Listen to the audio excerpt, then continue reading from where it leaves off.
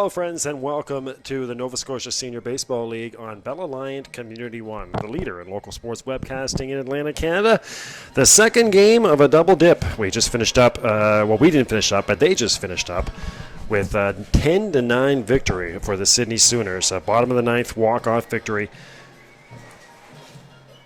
as the Sooners have taken the first two games of this series. Last night winning 15-11. Today in the first game again winning 10-9. Moosehead Dry went into that bottom of the ninth inning with a 9-8 lead. But 2 runs come across, so the Sooners improved to 14-5 on the season, and the Dartmouth Moosehead Dry dropped to 11-7. My name is Bill McLean.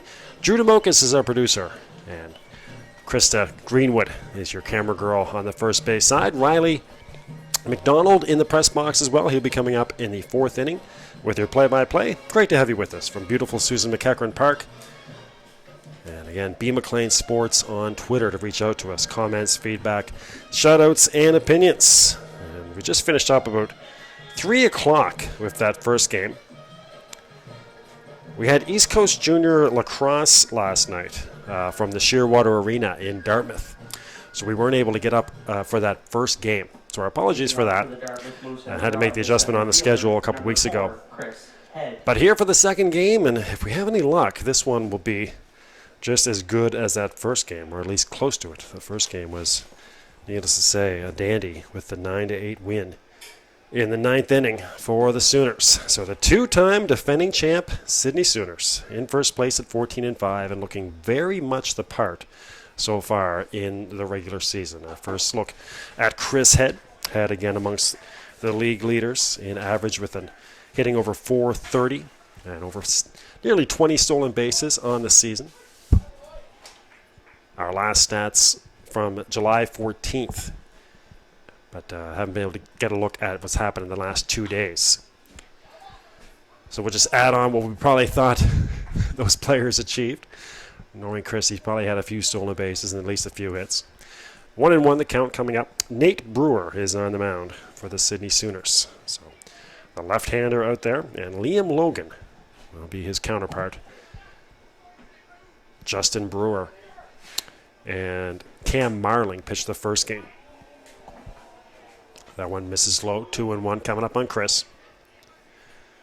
Chris batting from the right side, and the center fielder.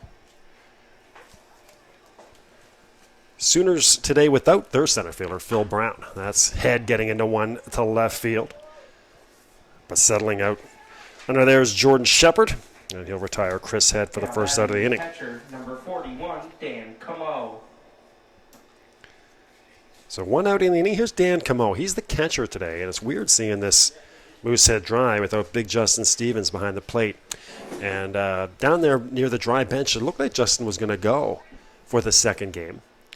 But now he is on the bench to start this one now. He took a fastball off the wrist last night, a bouncing ball. Chris Farrow, the outstanding shortstop. Throw across, and Dan Camo out 6-3 as our most Nova Scotia Senior Baseball League players who hit the ball in the direction of Chris Farrow. He is one of the outstanding shortstops this year in the Nova Scotia Senior League, as I've mentioned in previous broadcasts. Really a year of great shortstops in the league.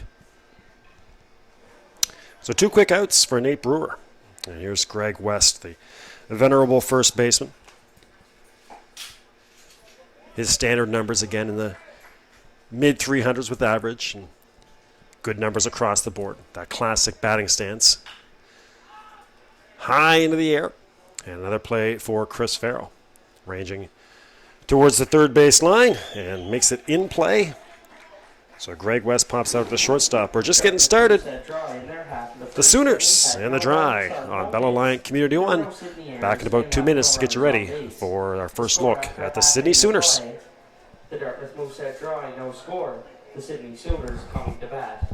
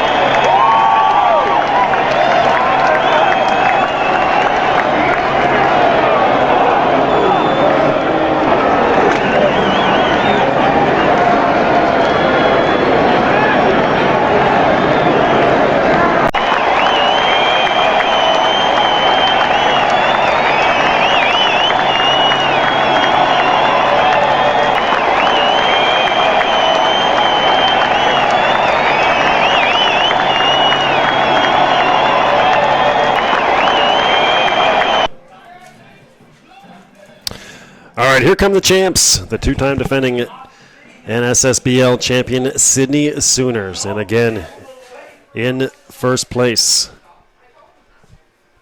as we reach the latter stages of the regular season on our way to Chatham for the Canadian Senior League Championships and the playoffs coming up after that.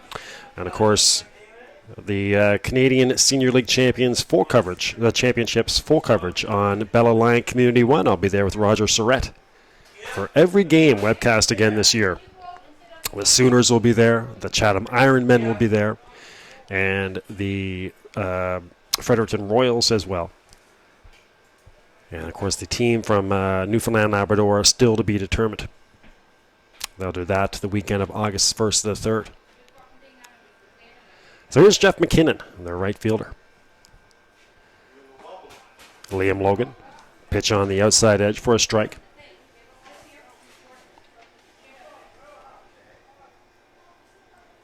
Logan comes in here with a ERA of 163 and 3-0 on the season. Swung on to center field, and Chris Head in short center will make the catch. So still waiting on our first base hit. Here's Corey Christie. Now batting the third baseman, number 16, Corey Christie.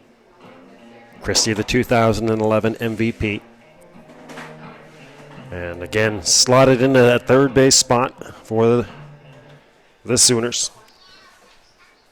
One of many veterans on this Sooners team. They've had this group together for quite a while now. First pitch by Logan, in there for a strike. 0-1 on Christie.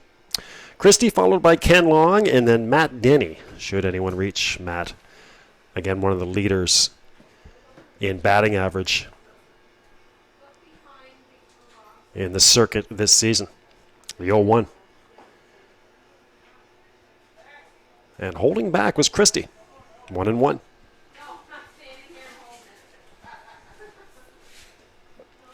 Overcast for the first game, but it is actually hotter now than it would have been earlier today. Sun has come out in full force, and temperatures in the high 20s with humidity in the low 30s. There is a breeze blowing right to left on your screen, so out to left field. But not too significant. 1-2 now on Christie. Our second Atlantic Senior game of the week. Thursday night we were in Chatham for the Fredericton Royals and the Chatham Ironmen and the hometown Ironmen. I believe a 12-2 final that was over the Royals. Pitch outside, 2-2.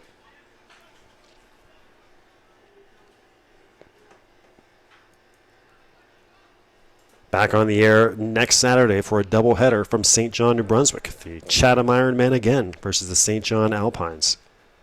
That is a doubleheader in St. John.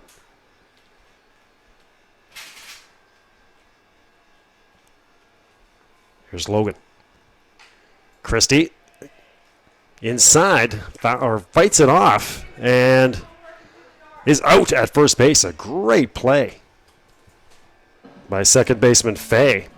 Got in on the hands of Christie. And Fay, ranging to the first base side, throws out Christie. Good scoop down there as well by the first baseman Greg West. Got a great look at it there on your camera angle. A good job by Greg West.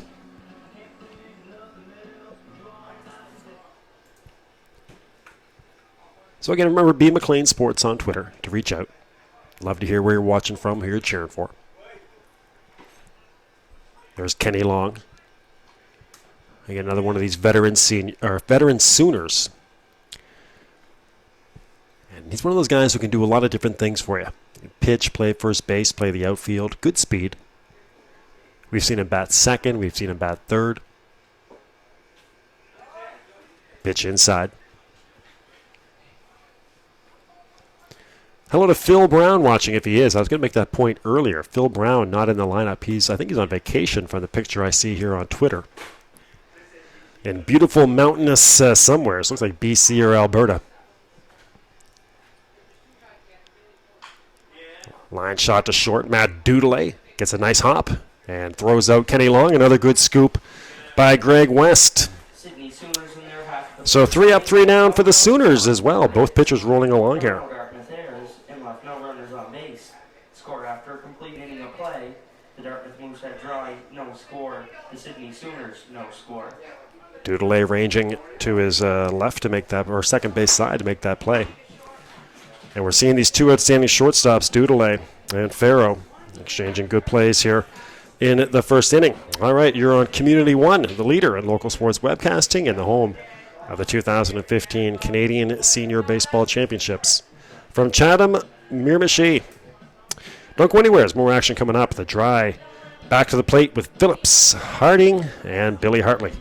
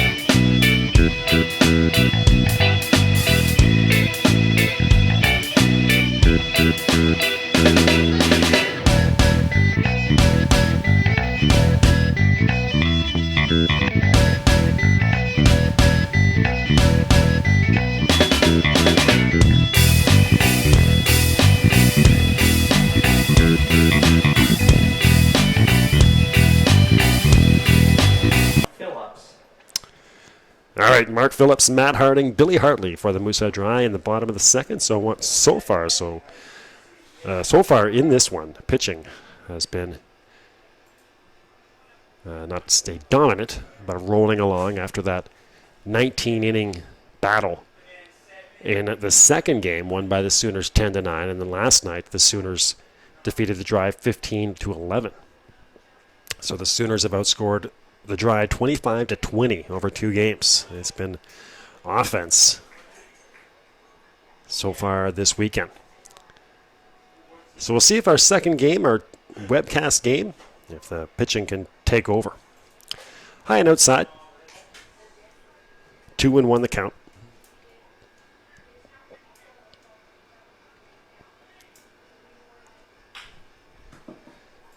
Hot shot up the middle. And our first hit of the game for Mark Phillips. Now batting the left fielder, number 30, Matt Harding. So the single for Phillips, and now here's Matt Harding.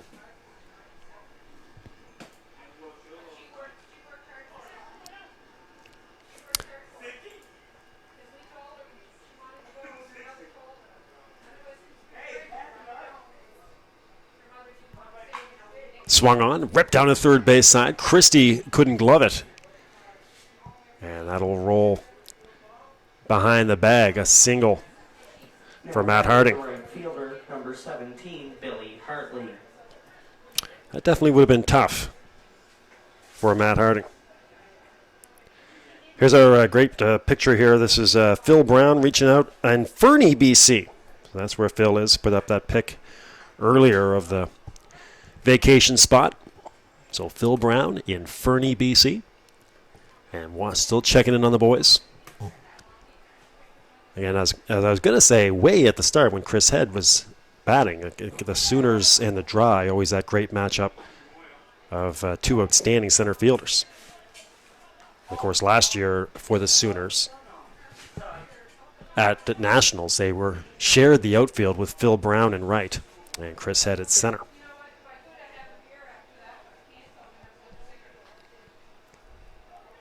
Low and outside on Billy Hartley. I haven't seen too much of Hartley this year, but what I've seen I really liked. He had a big hit in that game to start the first game of the today. He seems to be a real nice young left-handed bat for this Dry team. 1-1. Also, Mark Patterson. Hello to Mark, checking in with the Moosehead Dry. Pitch low and inside. Great to have you with us, sir. Talking about Greg West and how he's money on those picks at first base. Runners at second and first. On the inside edge against Hartley. Back-to-back singles for Phillips and Harding.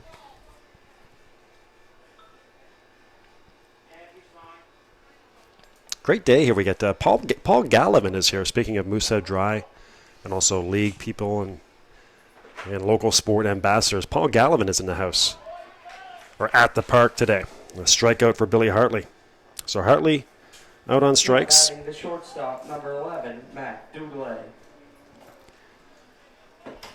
But Paul was down here making a presentation on the new Waterford Giants, on the former teams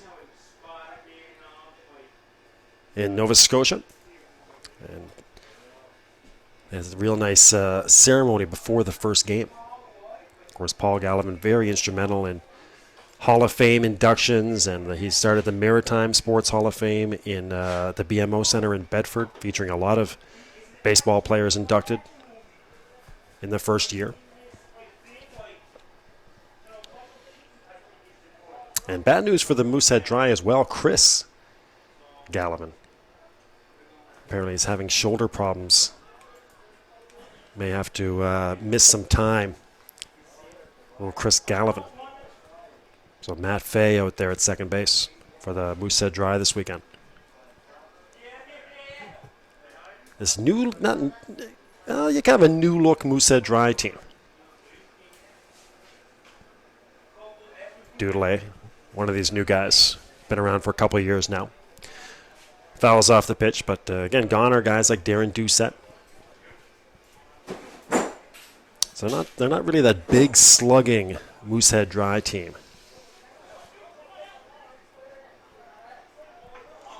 They used to walk around with all that swagger, but they still have a lot of pieces to work with. But a little faster, younger, and scrappier now, as Chris Head said earlier in the season. Pitch outside, 1-2.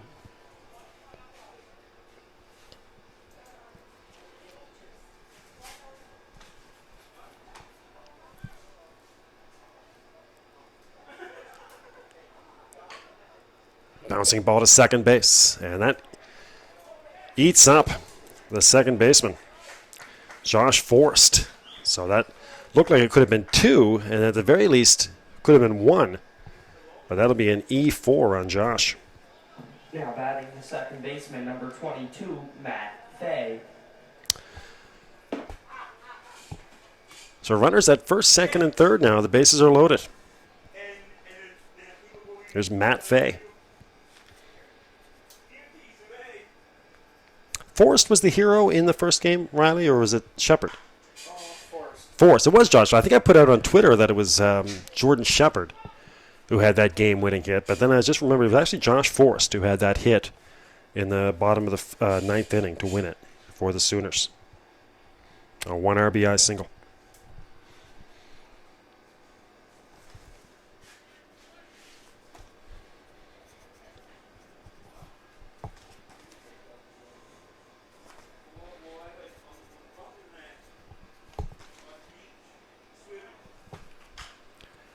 That might find the hole. Ferguson rolling to the right side. And a throw to second to get Matt Doodle. A nice play by Ferguson. Doodle out 3-6. Fade at first in the fielder's choice. And 1 out in the inning. Coming home to score is Mark Phillips. So they get the out at second. Phillips comes home to score. 1-0 for the Moosehead Dry. So our first run of the game is in.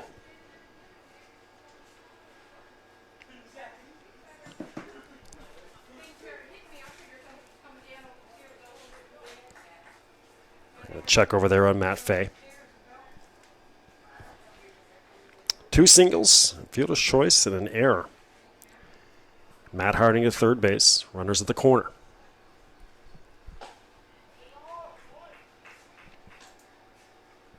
There's Scott Lee, the designated hitter.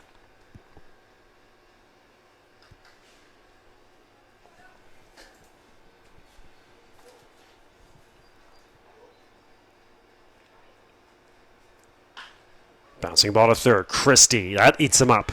The throw to first. And safe at first. So Christie unable to field that one cleanly. Last hop got up on him. Now batting the center fielder, number 4. Matt Harding scoring. And safe at first was Scott Lee. 2-0 Moosehead Dry. Back to the top of the order with Chris Head. Runners still at second and first and only 1 out.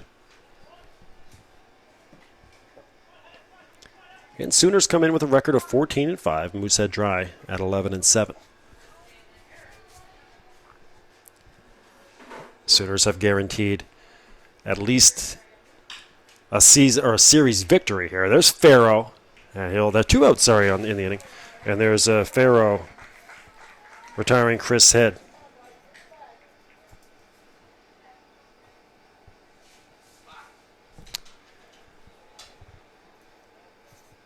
All right, so 2 runs come across for the Moosehead Dry. Back in the bottom of the second with Matt Denny, Jordan Shepard, and Justin Brewer.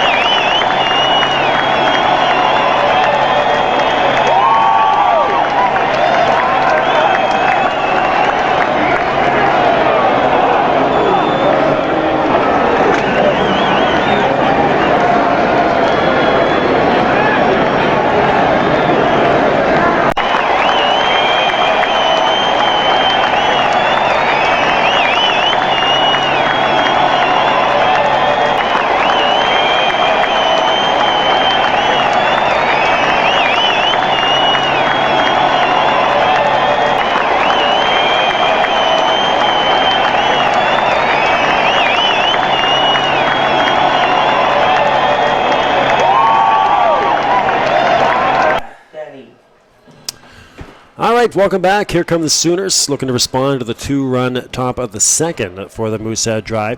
Here's the big catcher, Matt Denny. 21 RBIs coming into the weekend for Denny, and 24 hits coming in.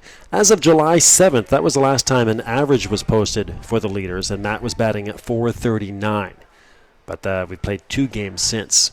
But needless to say, above 400 probably still is Matt Denny.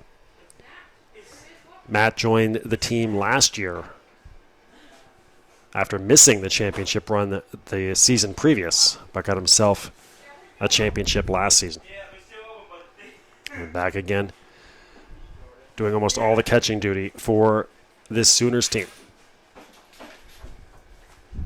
Liam Logan out there for his second inning. 3 up, 3 down in his first.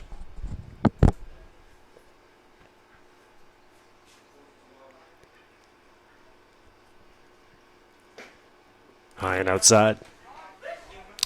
2-1. The count on Matt Denny. Jordan Shepard to follow, and Justin Brewer, the DH. Should anyone reach, we'll see Josh Forrest. The 2-1. And therefore strike 2-2.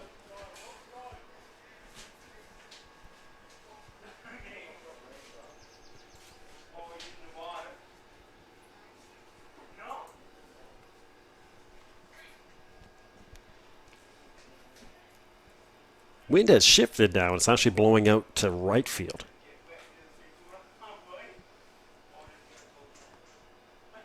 Denny. To center field. Chris Head underneath and makes the catch. Now batting the left Denny just getting under it. number 32, Jordan No problem for Shepherd. Chris Head. There goes Jordan Shepherd.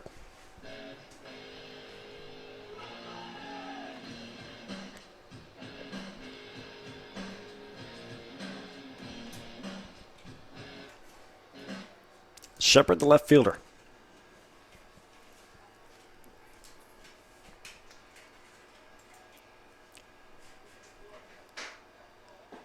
Swinging through the first pitch. 0-1. Bats from the right side. Where's number 32?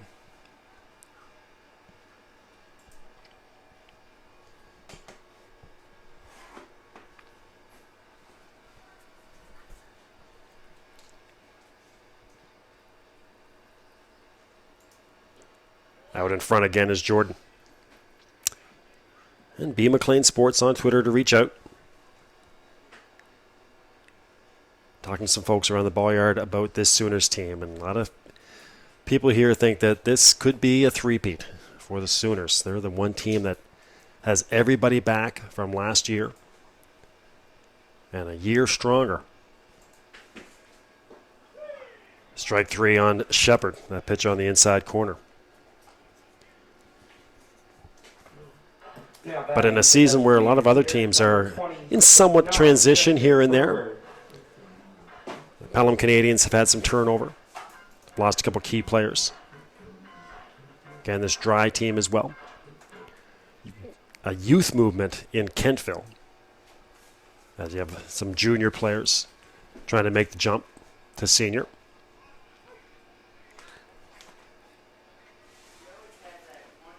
Former junior players, I should say, just coming up. Now playing senior, but still learning their way. And then, of course, Truro, who got off to the hot start, have cooled off lately.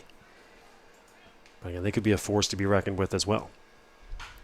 Swung on to center field, now falls in front of Chris Head. And the Sooners have their first base runner in Justin Brewer, the DH. Now batting the second baseman, number 44, Josh Forrest. So here's the hero, again, from Game 1, the second baseman, Josh Forrest. Sooners won that game 10-9. 2-0 here for the Moose Dry in the bottom of the second. And apologies for the late start, a 3 o'clock scheduled, but the first game ended right around 5 after 3.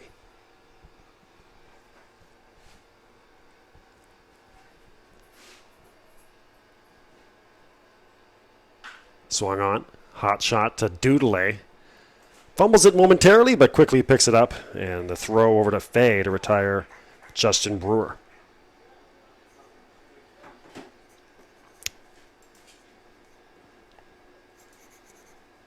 So that'll do it for the Sooners here. They get one hit, one left on. No errors. Sydney Sooners in their half of the second inning had no runs on one hit, no Dartmouth errors, and left one runner on base. The score after 2 complete innings of play, the Dartmouth Moosehead Dry 2, the Sydney Sooners no score. All right, so again we go to the top of the third here. Coming back up, Dan Camo, Greg West, and Mark Phillips. Stick around for Riley McDonald, young sports broadcaster here in Sydney. He'll be taking over the fourth inning, and I'll be moving over to the PA booth, or the PA chair, I should say, one of my favorite things to do when coming to Sydney. Bill McLean with you, Drew DeMocas, our producer. Krista Greenwood is your third base camera girl, or first base camera girl, at Susan MccEachern Park. And yeah, it's good times in Soonerland with the back-to-back championships, the first place so far. Good crowds, great crowd for the first game. Has thinned out a touch, but still, actually, pretty much the exact same amount of people. About 100 to 150 people scattered around. Leading off for the Dartmouth Moosehead Dry, the catcher, number 41, Dan Camo. They got the Sud Zone beside us here in the press box. You can get a beer and a sausage and a canteen underneath. Everybody in the lawn chairs behind the backstop, one of the features. And the bleachers nearly full as well.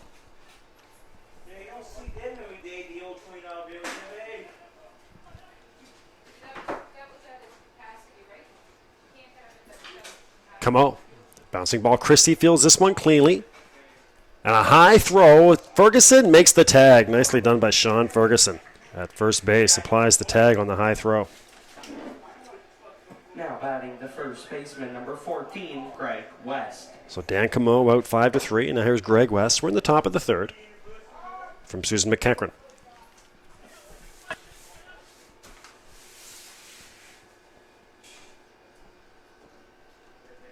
Greg West popped out to the shortstop in his first at bat.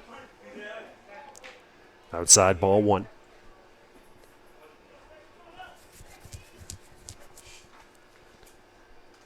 Swung on and down the third base line and fair. Greg West, the big turn, but he'll stay right there at first base as getting over quickly was Shepard. Now batting the third baseman, number 28, Mark Phillips. So a single for Greg West. Here's Mark Phillips. Phillips playing third base. Had a single, scored a run back in the second. Nate Brewer out there for his third inning. And getting a charge into one is Phillips to the wall and gone. Mark Phillips, a 2-run home run here in the third inning. To left center field. Right in front of the scoreboard. And you could tell right from the sound of the bat, that one had a good chance. That distinctive crack. And 4-0 for the Moosehead Dry on a bomb by Mark Phillips. It's an early separation for the Dry. Trying to get back to Halifax, Dartmouth with at least one win in this 3-game set.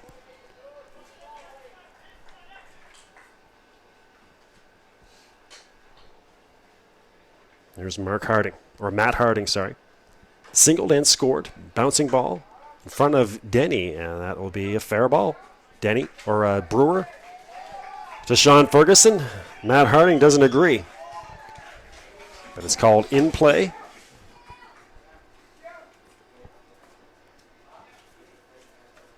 Now Dartmouth is going to contest, and the umpires will get together to make sure.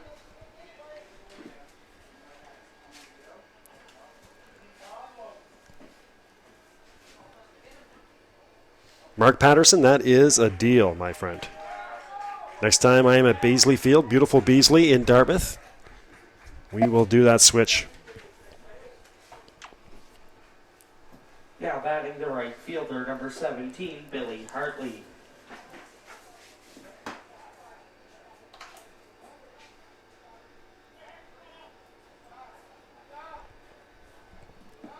Here's Billy Hartley. And it is going to be an out for Matt Harding. So Harding at 1-3, and now Hartley gets hit. So Hartley will walk down to first. Strikeout victim in the second. And now hit by a pitch. Here's Matt Dudelet. Dudelet reached on an error back in the second.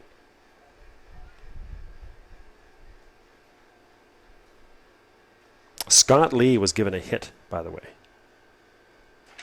One error in that second inning for the Sooners. Ball down the first base line and fair to the wall. Gets past McKinnon. Hard charging around third. They're going to keep him right there. Hatcher will stay at third. And a stand-up double for Matt Dudelet. Wall hit ball down the first base line that gets all the way to the fence. Now batting the second baseman, number 22, Matt Fay. And now here with 2 outs. Here come the Dry again. Despite some of the losses, the Dry still lead the league in runs scored. with 145 coming in. So they can still put on the runs. Matt Fay, the second baseman.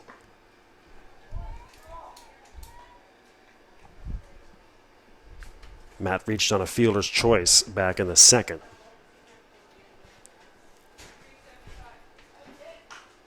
In on the hands of Matt, foul down the third base side. Matt Denny ranging over and makes the play.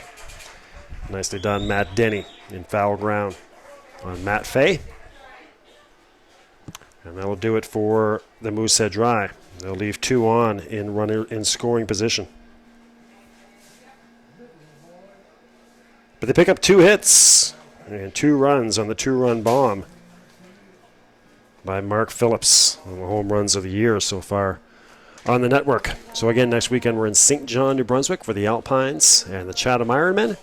Next Nova Scotia broadcast, we are in Kentville, July 29th, down at beautiful Memorial Park in the Valley. Score after 2.5 innings of play, the Dartmouth Moosehead Dry 4, the Sydney Sooners no score.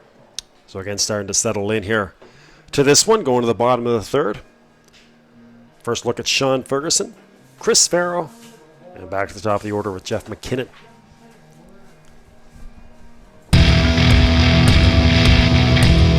Temperatures in the high 20s, sun is out. There was overcast for the first game. And the breeze blowing left to right on your screen. You can also check out Newfoundland Senior Baseball this weekend if you're a baseball junkie. If you know anybody over there in Newfoundland playing the Senior B Championships right now on the network from Corner Brook, Newfoundland with George Scott. And that looks absolutely fantastic. They got that beautiful field there in Corner Brook. And it looks really good. So if you want to check out some more baseball, you can see the Senior B Championships in Newfoundland, Labrador going on at Corner Brook.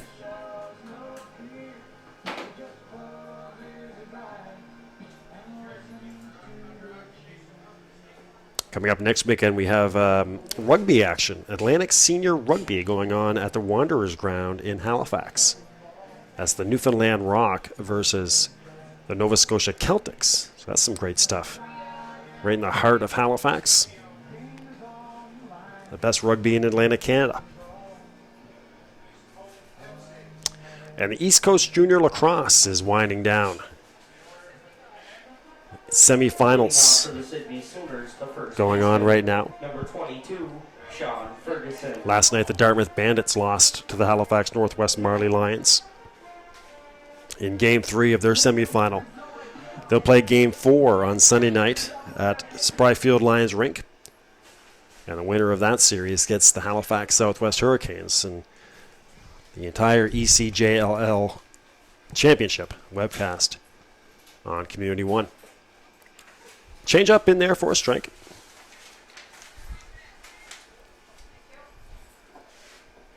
Liam Logan out there for his third inning.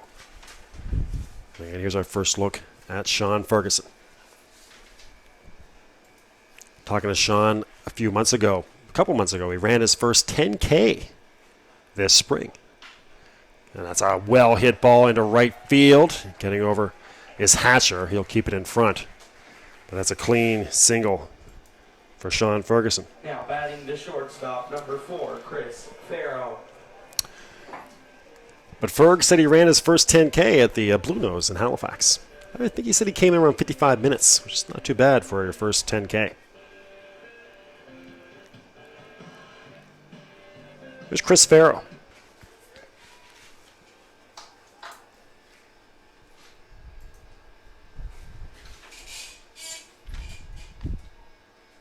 A decent lead for the big fella Ferguson at first. Farrow rolls one over to short. Stepping in front, though, is the third baseman Phillips, and they can't turn it, but they will get the lead out in Ferguson at second. Nice play by Phillips. Now batting the right fielder, number 14, Jeff McKinnon. So one out in the inning, Farrow at first base, and back to Jeff McKinnon at the top of the order. He flew out to center field.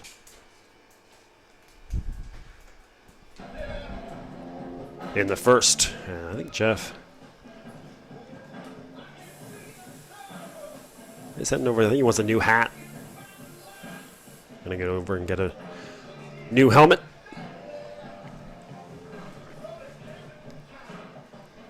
I was talking to Burton Russell about a month ago. He's the statistician and historian, member of the Maritime Sports Hall of Fame, who never misses a Wildcats game. He loves watching Jeff Farrow of the Sooners. Thinks he's one of the funnest players to watch, the way he navigates that shortstop position. Of course, with Ian Lockhart down there in Kentville, they know good shortstops. Toss over to first.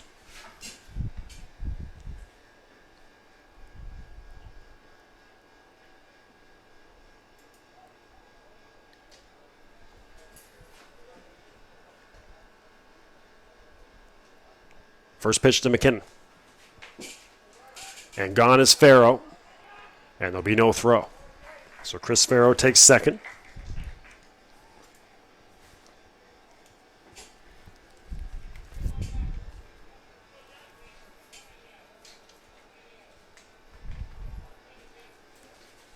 And a 1-0 count coming up for Jeff McKinnon.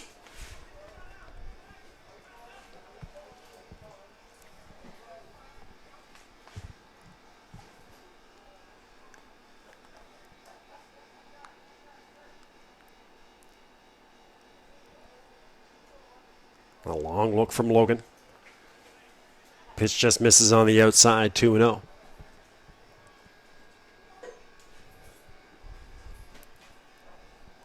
Corey Christie to follow.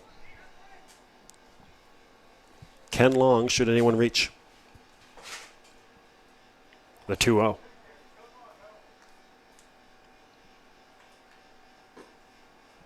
That's in there for a strike.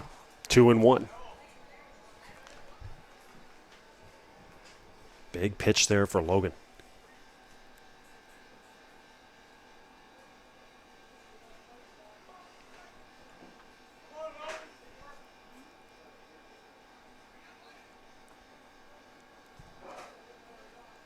A 2-1 from Liam. A long look at second. And that misses high. 3-1.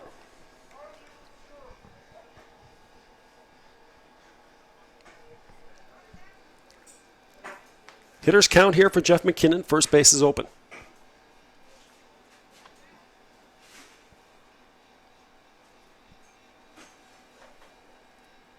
Logan comes set.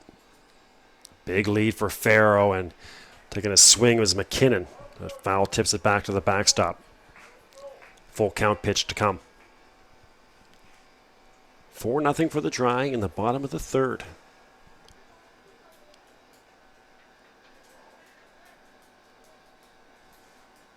Sooners put Justin Brewer on in the second, but he was forced out for the final out at second base. Farrow at second base. Fakes to go. Hot shot down to third. Phillips fields it cleanly to throw across. And they'll get McKinnon 5-3. Now batting the third. And Chris Farrow will stay right there. Correction, now batting number 27, Rob Biron. Now here's Rob Biron for Corey Christie. So not sure. It's only the bottom of the third inning. But Rob Biron coming in for Corey Christie.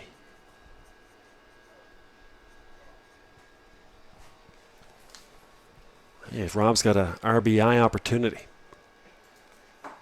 Pitch inside, 1-0. Chris Farrow still out there at second base.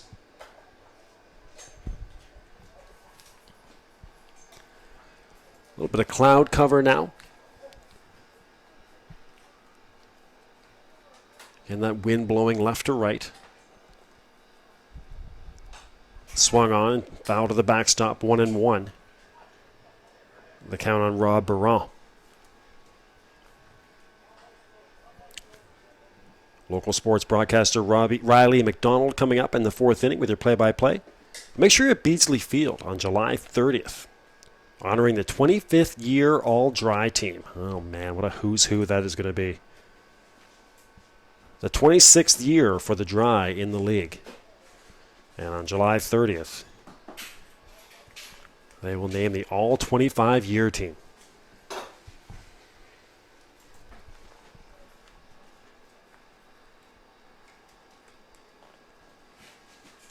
So make sure at Beasley Field for that.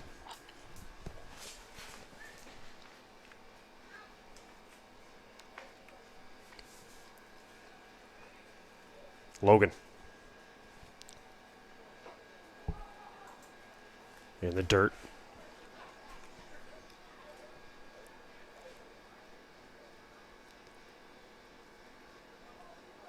One ball and two strikes here on Rob.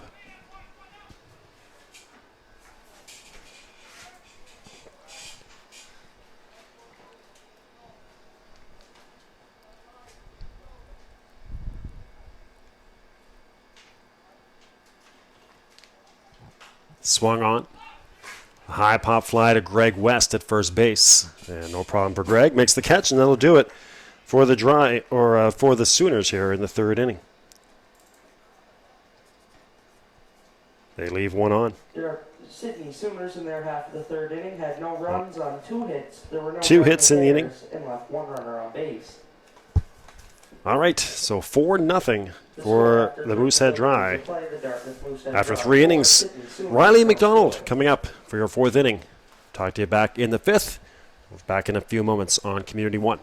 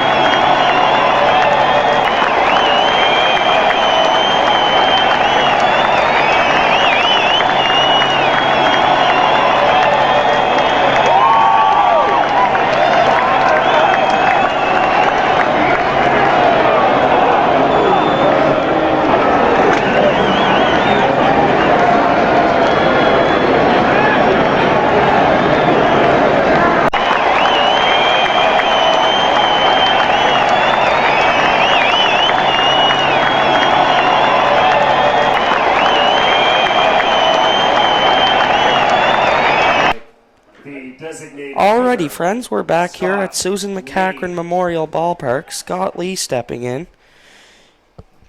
as Brewer delivers for the first ball outside.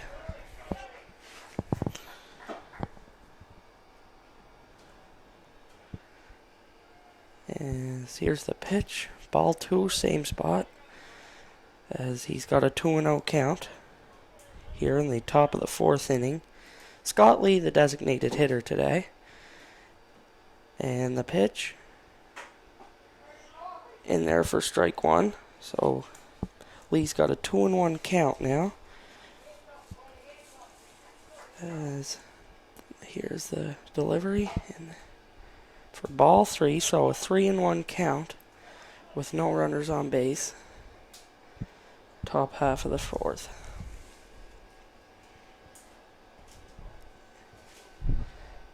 Strike 2, so a full count now. Due up this inning, Lee, Head, and Camo. Should any of them reach, Greg West will bat. Fouled off, so he stays alive. The full count.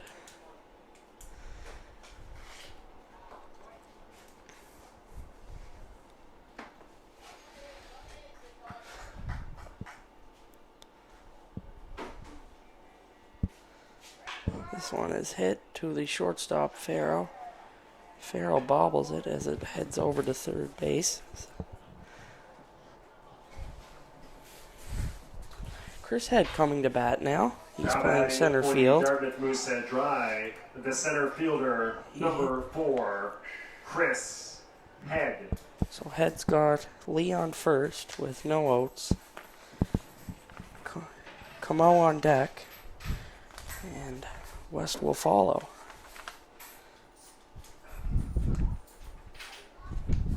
Here's the delivery. This one is hit to third base. Biron. Farrell bumbled it there. So Dartmouth has a runner on first and second with the catcher Dan Camo coming to the plate. Camo's last at bat, he went out 5-3. Moosehead Dry, the catcher, number 41, Dan Camo. Runners on first and second. Dan Camo, the catcher, batting. Greg West will follow. 4-0 Dartmouth here in the top of the fourth. And the pitch from Brewer. Ball 1. 1-0 count.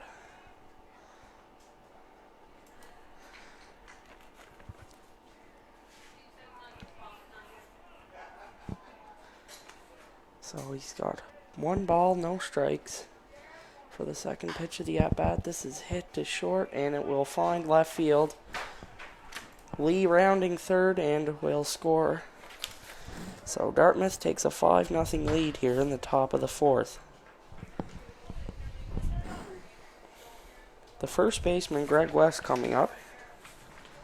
Now batting for the Dartmouth Moosehead Dry. On the first Dartmouth baseman, number still 3, has no outs. 14. Runners on Greg first and second. West.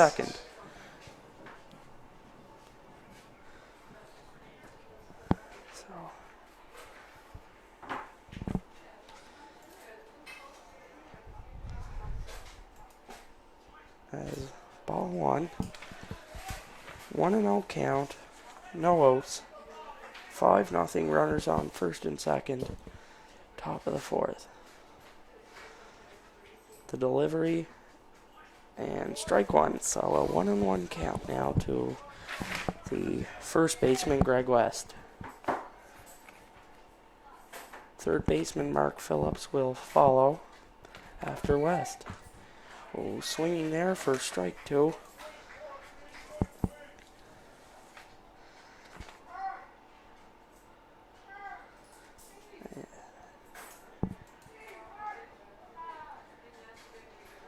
As Brewer set and will deliver. This one is fouled off, so he stays alive.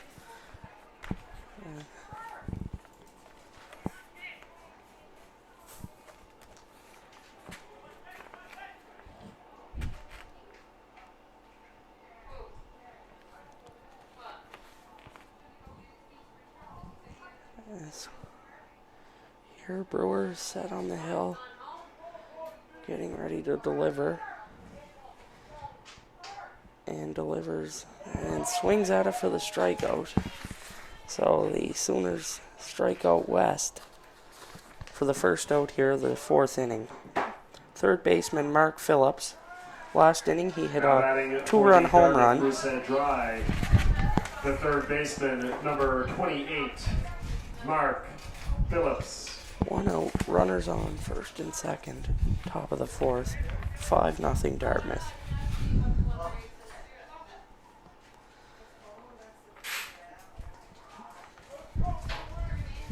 Brewer delivers inside for ball 1. The ball gets away from Denny. Runners will not advance though.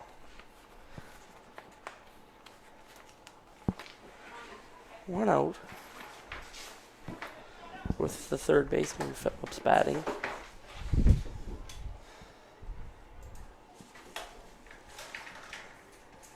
As the pitch here misses for ball 2.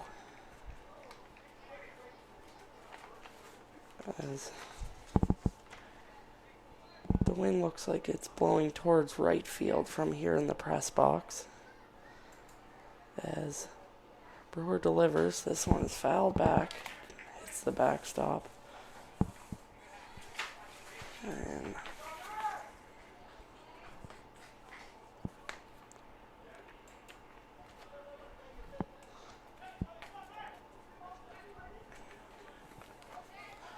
So here we go.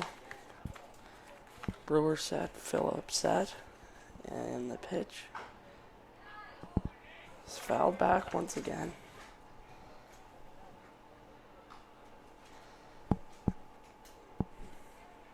Dry up 5-0. Runners on first and second. 1 out in the top of the fourth.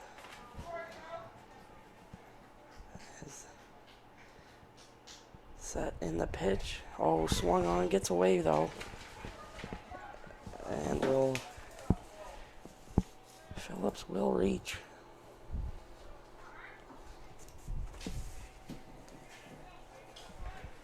Now batting Correction, sorry about that. They advance on the pass ball.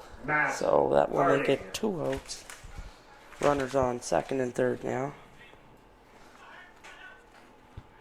The left fielder, Matt Harding, stepping in. He grounded out 1-3 in his last at-bat in the top of the third.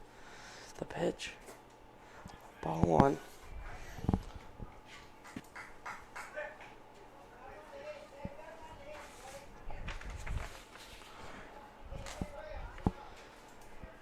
Brewer on the mound. Getting set in the pitch. This is hit up towards the first base. Second baseman Josh Forrest. And they both make it in.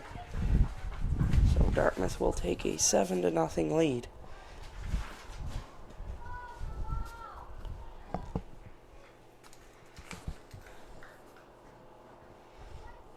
Right fielder Billy Hartley coming to bat. He was hit by the pitch. Right fielder number 17. Playing right. Billy Hartley. With Harding on first. 2 outs.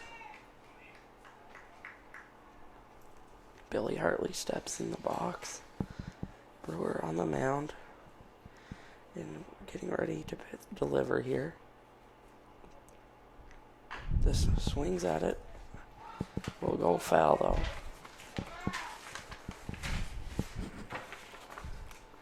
Dartmouth scoring two more, making it 7-0 in the top of the fourth. Should Hartley make it on base, the shortstop Matt Dudelay will follow.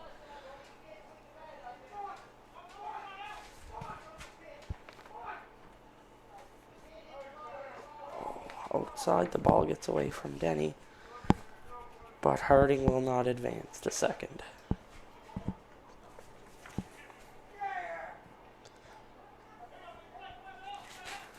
As Hartley steps back in the box, Brewer setting up. And he is here getting ready to deliver the next pitch. Delivers, swung on again, but fouled to the backstop. So Hartley gets another chance here.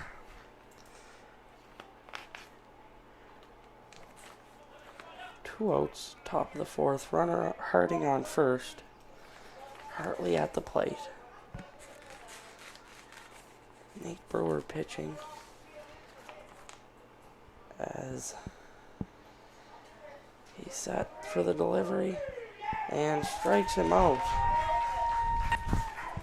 So Dartmouth will score 3 runs in their half of the fourth inning, and they leave 1 runner on base. We head to the bottom of the fourth here.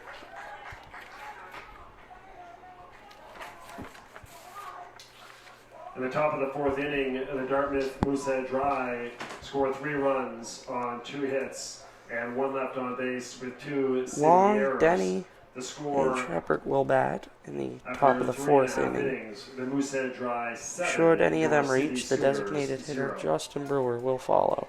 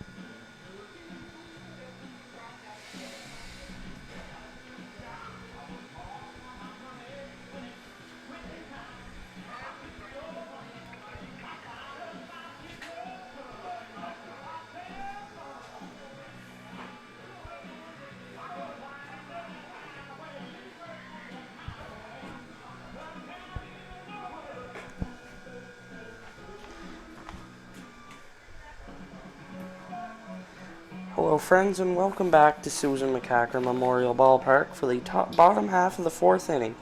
The center fielder, Kenny Long, stepping to the plate.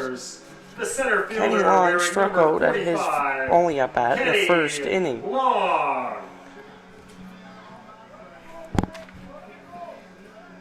Liam Logan on the hill for the Moosehead Dry. As getting ready to start the bottom of the 4th inning. With the as set and the delivery is in there for strike one. Kenny Long playing center field. The catcher Denny will follow. As the second pitch of Long's at bat coming up for strike two. So 0-2 count. No outs, bottom of the 4th. Dartmouth leading 7-0.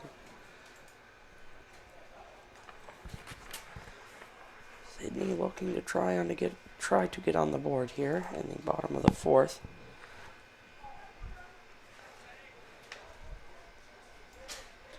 As ball one, so Long's got a 1-2 count, no runners on.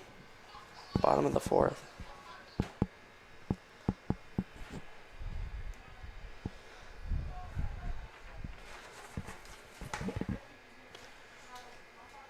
As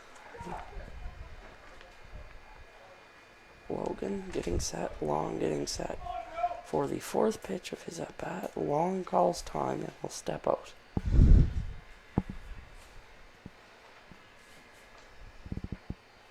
As Camo will go to the mound and have a chat with Logan, the pitcher.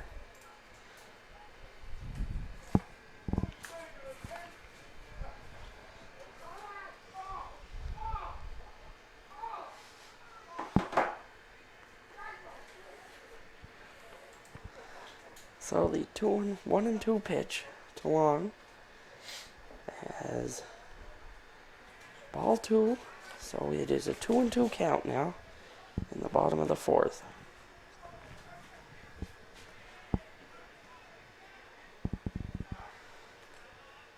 As Kenny Long in the box and the 2-2 delivery. This is hit to the second baseman. And we'll throw Long out. Long goes down 4-3 for the first out of the bottom of the 4th inning. Catcher Matt Denny coming to the bat now. He flied out to center field. Now batting One for out, your Sydney Sooners. 7-0 lead for Dartmouth. Number 20, Matt Denny. Left fielder Jordan Shepard will follow.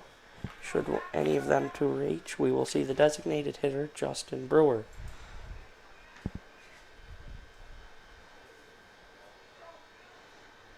As Logan set, delivers for strike one.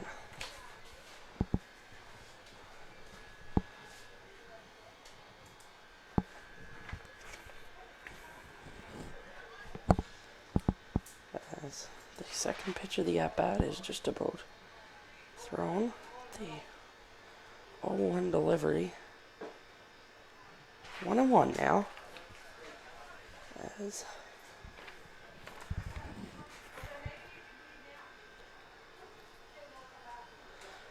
1-1 to Denny. 1 out. Nobody on.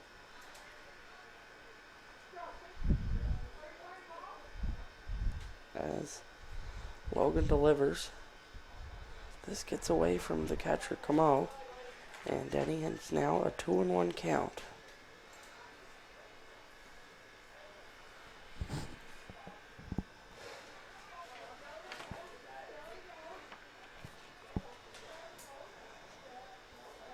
Denny catching today, and the delivery misses for ball 3, so a 3-1 count to Denny.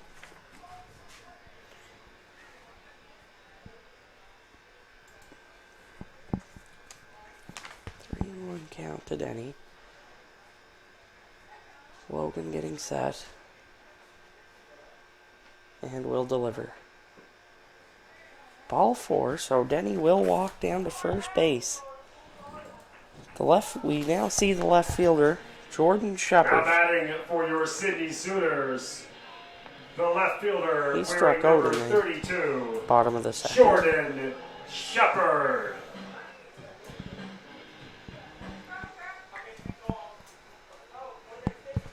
Looking the signal down the third base line as Shepard steps in. Denny on first, 1 out. As Logan set and will deliver for the ball 1.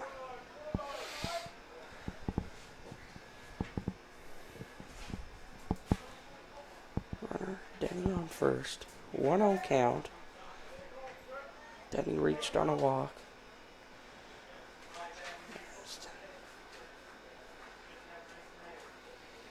The delivery. This one is swung on but fouled down the first base side. It reaches the stands. So a 1-1 count to the Sooners left fielder, Shepard. Runner on first. As Logan is set on the mound and will throw to first. And he gets back there to avoid the tag.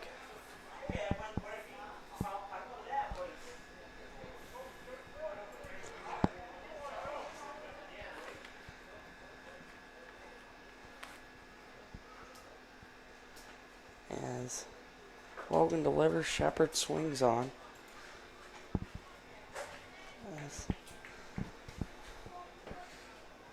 Should Shepard or Brewer reach, we will see Josh Forrest, the second baseman, here in the bottom of the fourth.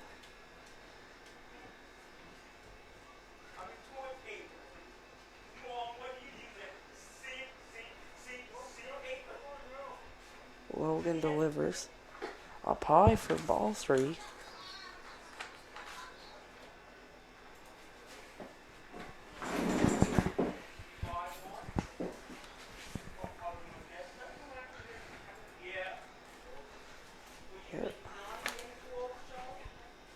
Full count to Shepard as Logan sets up.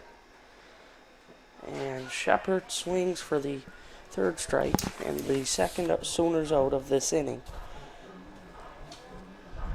Now batting for your Sydney Sooners, the designated hitter. Justin Brewer.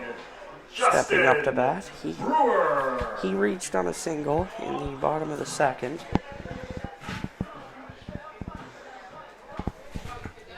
As Brewer is set in the box, he swings at that. This is hit to center field. And Chris Head will make the catch as the Sooners score no runs. They did not get any hits. No Dartmouth errors, and they strand a runner on first base. They score after 4 complete innings of play. The Dartmouth Moosehead Dry lead 7-0. And no runs come across. The score after 4 innings, the Moosehead Dry 7 and the Sooners no score. Friends, a reminder, you can follow the Sooners at the Canadian Senior Baseball Championships. Every Sooners game will be webcast at Bell Aliant.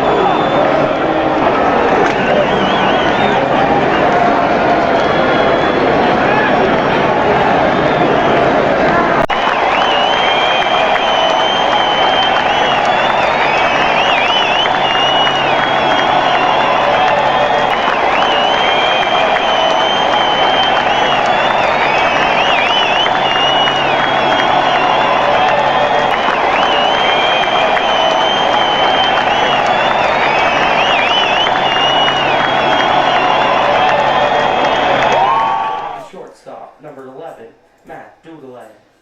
All right, back here with your fifth inning.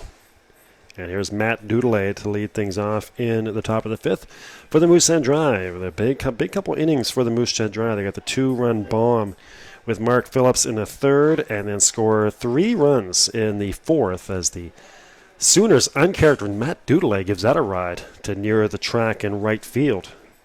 But McKinnon makes the catch out there. But Doodley nearly put that one out to left center, or right center. But the Sooners uncharacteristically booting the ball around there in that fourth inning. Two errors that led to 3 runs for the Dry. Now here's Matt Fay, the second baseman. Matt reached on a fielder's choice in the second and then popped out to the catcher in the fourth. The third, check that. So top of the fifth inning and the return of the big bad Dry. Here to Susan MccEachern. Fay that's going to get in front of Shepard, and a single for Matt Fay, his first hit of the game. Now batting the designated hitter, number 5, Scott Lee. Thanks to Riley McDonald taking over there in the fourth inning. And the Sooners, let me go on the PA system here. A lot of fun doing that PA. Scott Lee, the DH, reached on a single and an error in the fourth, came around and scored a run in the fourth as well. Decent lead at first for Matt Fay, and a swing and a miss for Scott Lee. Chris Head back up after this, and should anyone reach, we'll see Dan Camo.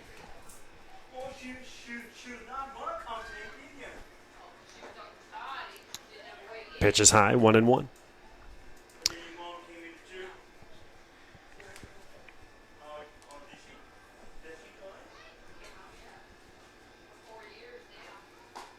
One and two.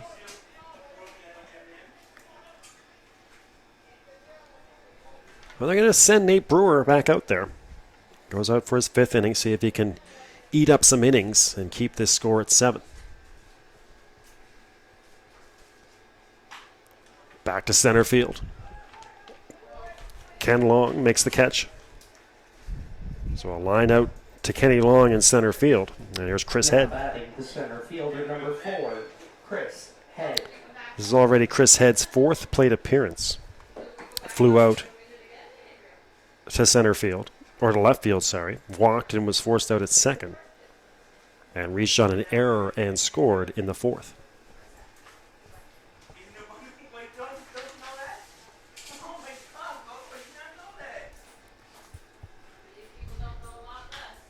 To second base. No problem for Josh Forrest. He'll throw out Chris Head, and so Head out 4-3, and a quick inning here. Dry send 4 men to the plate and get a hit with Matt Fay, but they'll leave one on, and no Sydney errors. Dartmouth Moosehead Dry in their half of the fifth inning had no runs on 1 hit, no Sydney errors, and left 1 runner left on base. The score after 4.5 innings of play, the Dartmouth Moosehead Dry 7, your Sydney Sooners no score. So we'll go to the bottom of the fifth with Forrest, Ferguson, and Farrow all coming up. And should anyone reach, we'll see Jeff McKinnon back to the top of the order.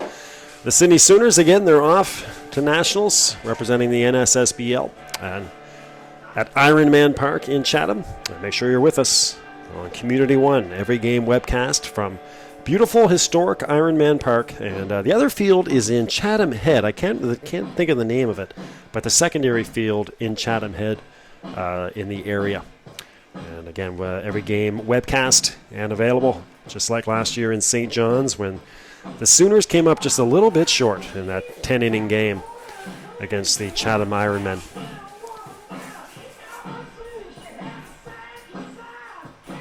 They'll be back, and again, they were right on the cusp last year. It's funny, I was talking to Cameron Marling again before the game, and we're joking about how the Sooners they took him over to Newfoundland Labrador and nearly didn't get to use him. They were holding on to him until they really needed to put a guy out there who could mow guys down.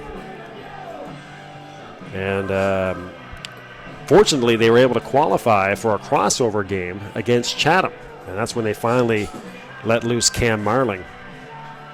And he rolled throughout most of it. His only mistake, he said he threw a changeup that was supposed to be outside, and it went right across the plate. And John Saunders took it deep for a 3-run home run. The only mistake of the game, really, he made. But it was a 3-run shot, and I was joking him. John Saunders was basically on one leg at the time. He had been injured in the previous inning in the field. It took him about 5 minutes to round the bases.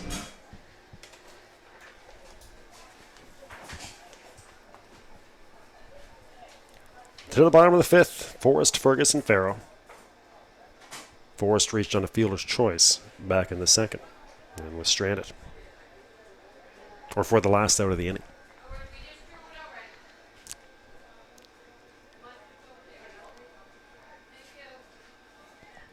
Liam Logan out there for his 5th inning. In the dirt. Dan Camo can't find it behind the umpire.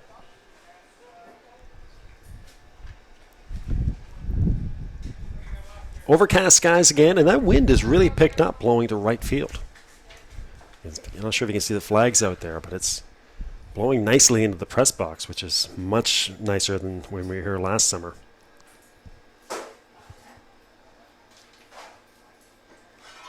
Pitch high and outside. But it was about 45 degrees in here last summer, in the middle of the summer day. Saturday, but nice and cool in here, and again the strong wind by about 20 kilometers an hour blowing out to right field. Pitch just off the plate. 3 balls and a strike. Good count coming up here for Josh Forrest. Sooners will try to get something started, as Cam mentioned, there's no easy outs on this Sooners team. They make you work, and they keep chipping away at you. And the leadoff man is on board with Josh Forrest. Here's Sean Ferguson. Now batting the designated hitter, number 20, the first baseman, number 22, Sean Ferguson. So here's Sean Ferguson. Reached on a single and then was forced out at second. Sean's a versatile guy. He'll play first base. He can catch. Can bat in multiple positions throughout the lineup. Also, does a lot of work for the Sooners on the administration level. A guy who, when you're coming down to Sydney, if you need something, he'll do his best to help you out. Helps them with their Twitter account. The 0-1.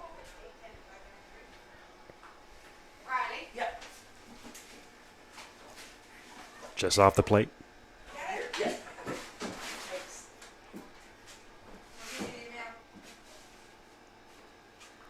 And B. McLean Sports on Twitter to reach out. Love to talk to you. Let me know where you're watching from, who you're cheering for. Live and interactive. The Atlantic Senior Game of the Week. Pitch inside, 2-1. 1 week from today, we're at the Memorial Park in St. John. Our first time ever at the Senior League field there at Memorial. For the Alpines. It's been a tough year for the Alpines, but they'll try to rally the troops against the Chatham Ironmen. And a doubleheader from St. John. That same week also, if you like the baseball, we have the Canadian Intermediate Little League Championships. They are going on from July 24th to the 30th. So you can see those on Community One. The Intermediate Little League Championships from St. John. That'll be in the smaller Memorial Field, which is right beside the big Memorial Field.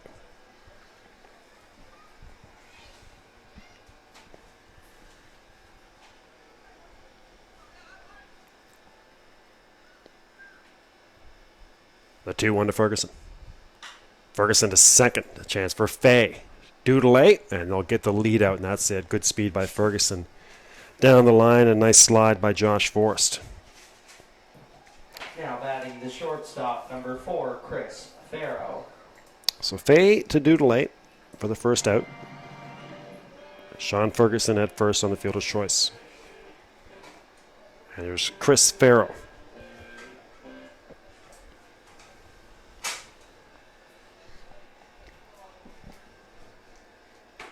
Chris reached on a fielder's choice back in the third and was stranded.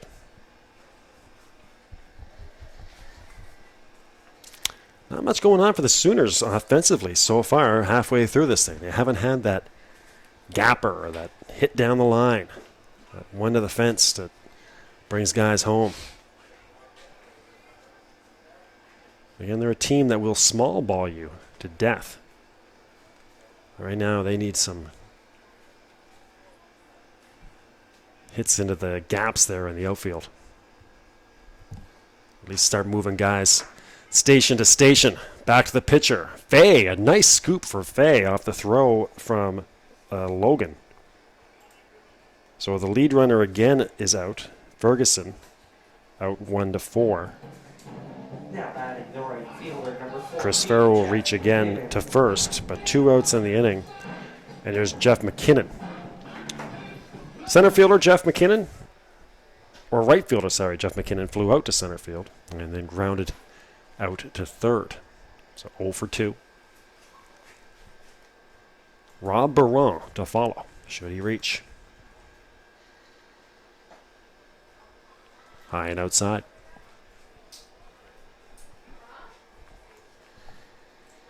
And just to round out our July baseball coverage, we're down in Yarmouth for the Canadian Old Timers Baseball Championships. That's national championships. 2 fields there in Yarmouth. McKinnon up the middle, scoots past Doodley into center field, and there they will go. Just station to station here as Farrell will stay right there at second base. McKinnon jogs to first. Now batting number 27, Rob Biron. Here's Rob Baron.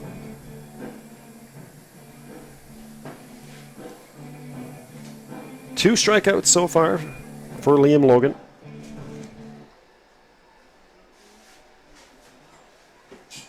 It's the 4th hit for the Sooners. All singles so far.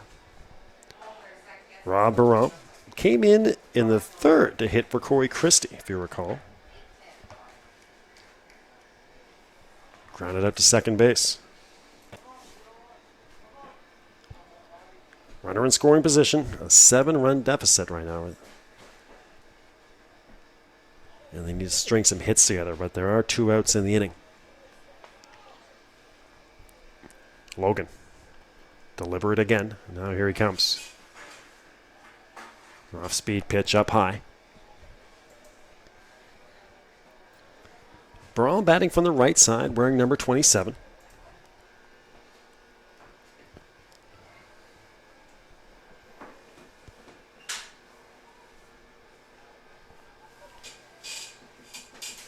Logan comes to.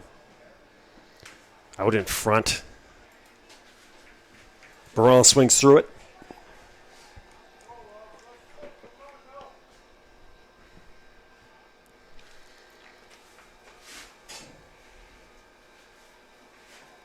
Oh, 1 strike away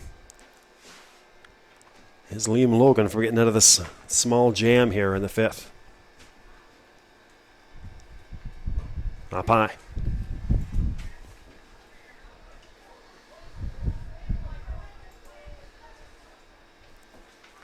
Check that. 2 balls and a strike. On Burrell.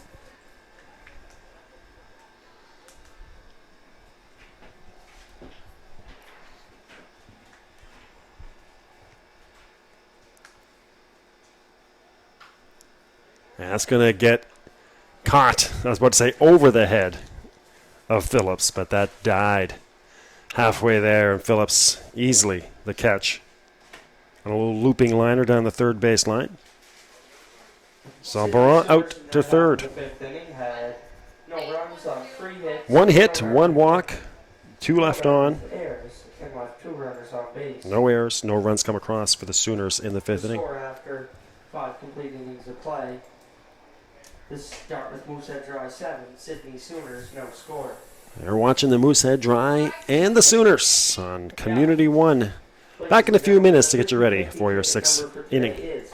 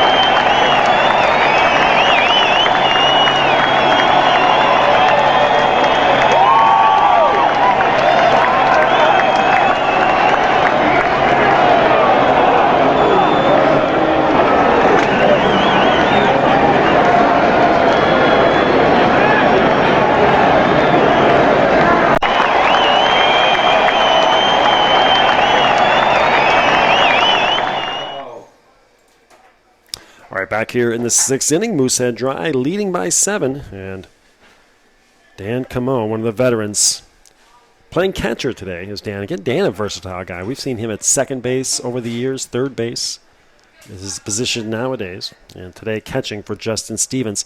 Justin, I'm not sure I finished that thought or not. Yeah, I did, but on Friday night he took a pitch off the, while catching, took a pitch off the left wrist, back of his hand. And he was walking around with an ice pack on it between games.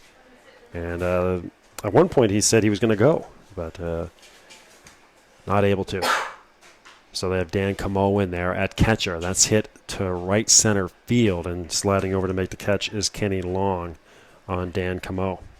Now batting the first baseman, number 14, Greg West.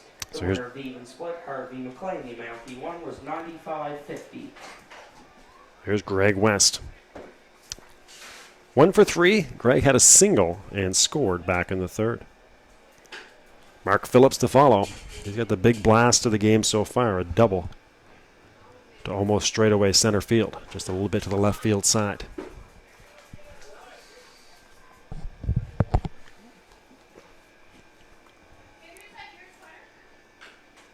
Rolling over on it is Greg West.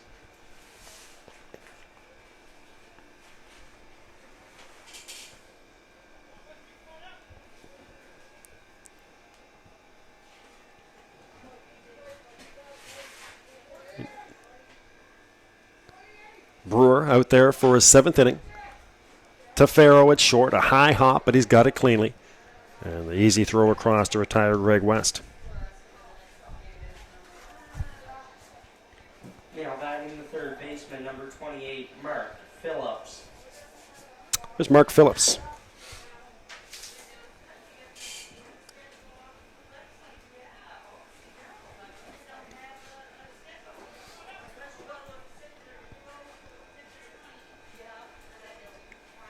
And Phillips, a 2-run home run, and also singled and scored back in the second. Struck out in the fourth. 2 for 4. Or 2 for 3, sorry. 2 RBIs and a dinger. Not a bad day so far. It's going to come near the press box here, over the backstop.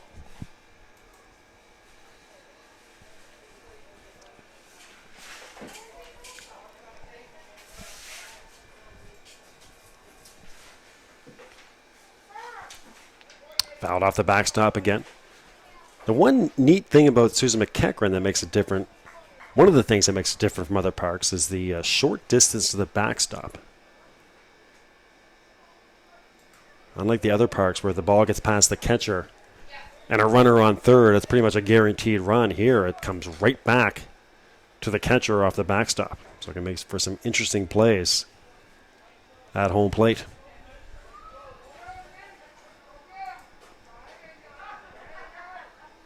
But the other neat thing about the park as you look around it is the vast amount of space in foul ground, especially down the third base line. Kind of reminds me of the Oakland Coliseum a little bit. noted for that aspect. But on the edge of the backstop, the field juts out about 10 feet, 10 to 15 feet. And the fence goes past the bleachers to the dugout. It really creates a nice area of foul play there. There's a great sliding catch for Kenny Long. Under control, made it look very easy on Mark Phillips in short center.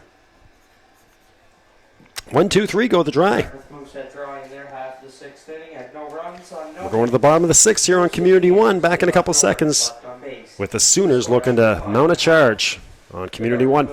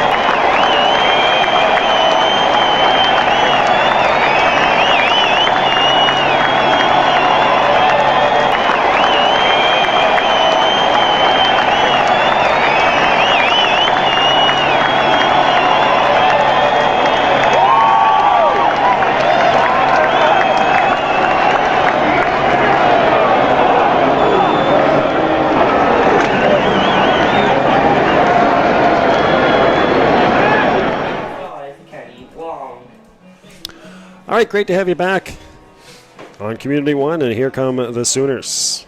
First place team are the Sooners, 14-5.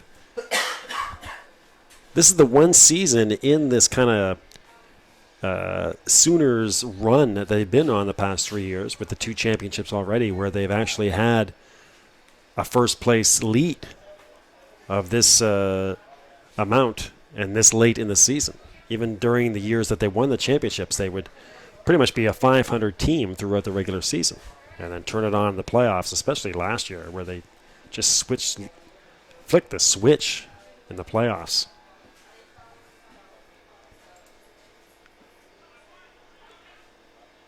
But here they are in the regular season this year, and right now, again, they're looking like the team to beat at 14-5. In tough today, though, trailing this Moosehead Dry in this final game of the series, 7-0.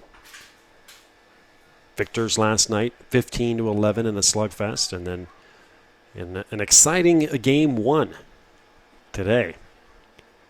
They beat the Moosehead Dry 10-9 on a walk-off hit by Josh Forrest.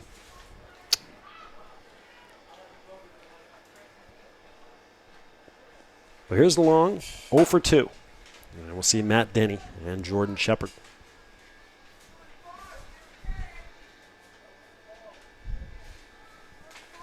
In the bottom of the 6th inning.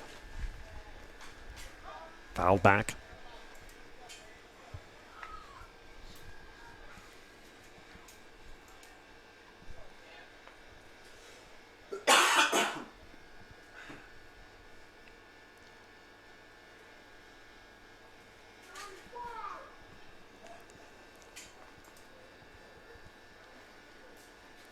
Liam Logan out there for his 6th inning. Pitch is low.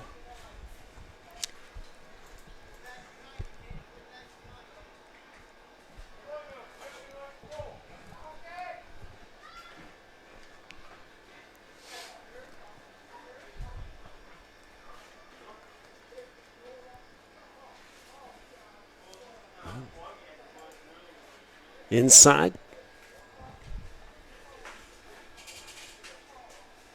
Kenny looking to get on base for the first time today.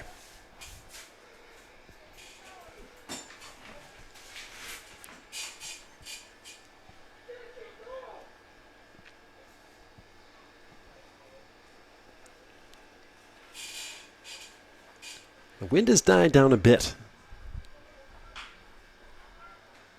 Greg West at first base, no problem. So Kenny Long, first out of the inning. There's Matt Denny. Now batting the catcher, number 20, Matt Denny.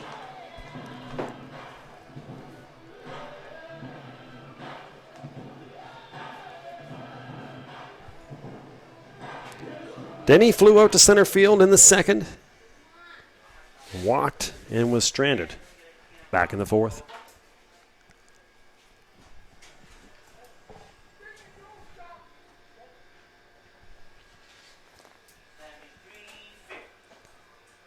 Pitch high and outside, 1-0.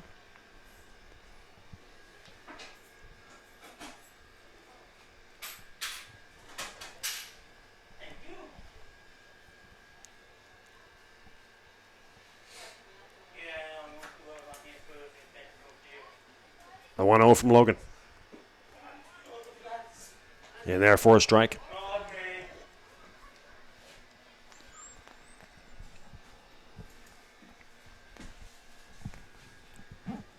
In overcast skies, no threat of rain though. The 1-1 from Logan. And therefore strike 1 and 2, just on the outside edge.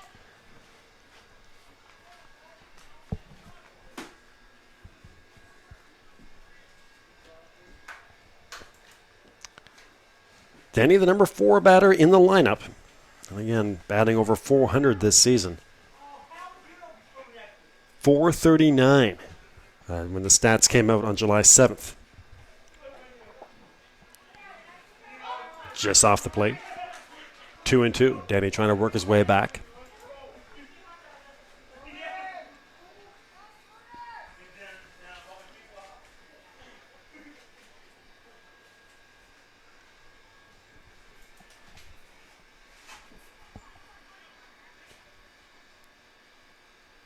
The 2-2 from Logan.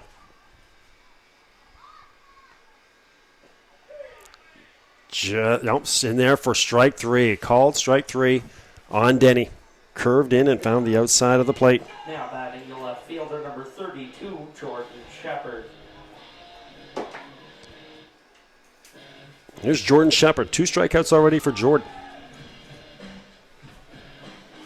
He'll look to put one in play for the first time today. But Logan is cruising. 3 strikeouts. Only allowed 4 hits. Defense has been solid behind him. And the Dry are on the verge of getting back on that long highway to Dartmouth with at least a win out of this series.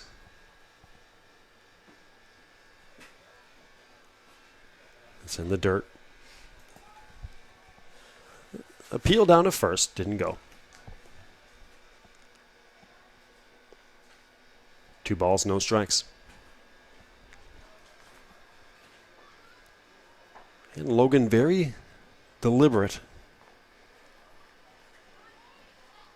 on the mound. He takes his time. High foul ball down the first base line. Comes back into fair ground and caught by Greg West. 1-2-3 go the Sooners. The Sooners in their half of the 7th inning had no runs on no hits. No runs, no hits, none left on base. We go to the 7th inning with a Moosehead Dry up by 7 on Community One, the home of Senior League Baseball in Atlantic, Canada.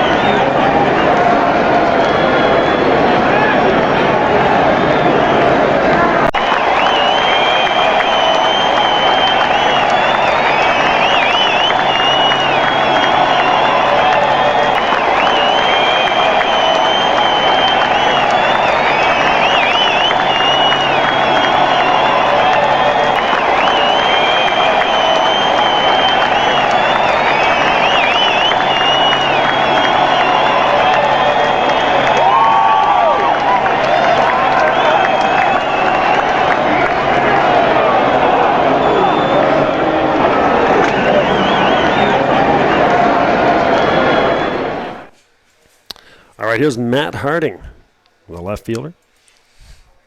Billy Hartley and Matt Dudelay. In the top of the 7th for the Moosehead Dry, again leading by 7. 2 in the 2nd, 2 in the 3rd, and 3 in the 4th for the Dry. The signature hit, the 2-run bomb by Mark Phillips. And the big inning, the 4th, on a couple of Sydney errors. And there for a strike.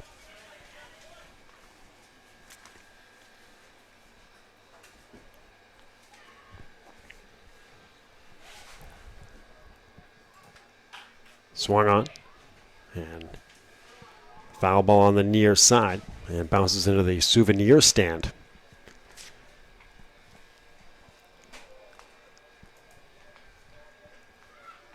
Just past the Sooners dugout area. One of the great things again about that's a shot. Going to fall in front of Kenny Long. Matt Harding on with a single. Now batting the right fielder, number 17, Billy Hartley. Yeah, that's another one of the great things about the setup here at Susan MccEachern. They got the T-shirt souvenir stand, T-shirts, sweaters, jackets, hats, everything over there. Sydney Sooners. Picked up myself a nice gray long sleeve shirt with the blue sleeves. Billy Hartley. Called strike.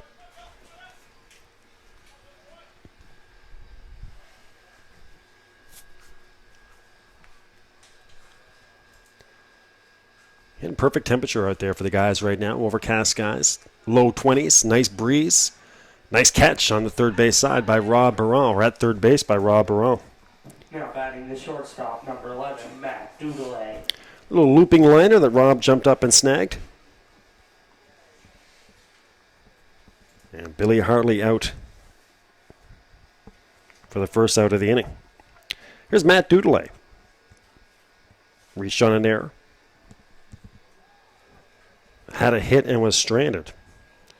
And flew out deep to right field. In there for a strike, 0-1.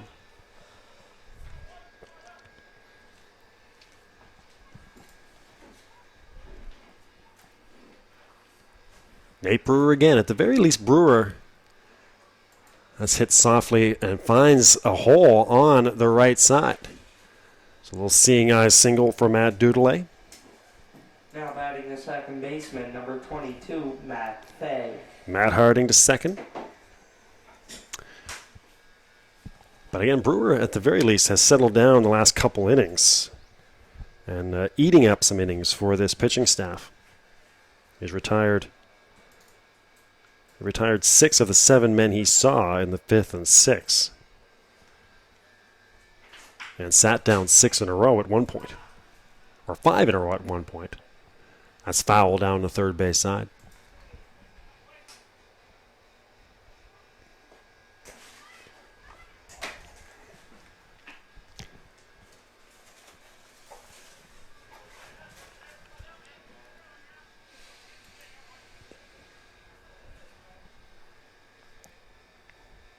Matt Harding at second. Matt Dudelay at first. Matt Fay, the batter. And I'll get past Matt Denny. Good grief. So the ball gets past Matt Denny. And it's a ball on Matt Fay. And Matt Harding goes to third, and Matt Dudelay goes to second. That's a whole lot of Matts right there. That's your Matts bonanza. So the only guy not named Matt in this situation, Nate. Another jam. One out in the 7th.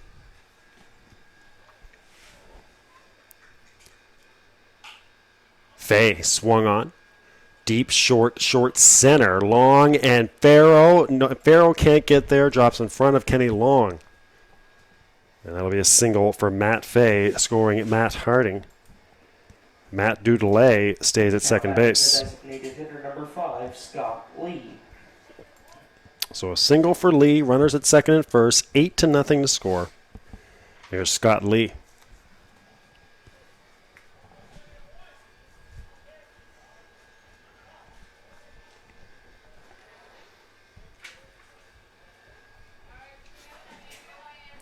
Lee fouls out the first pitch to the backstop.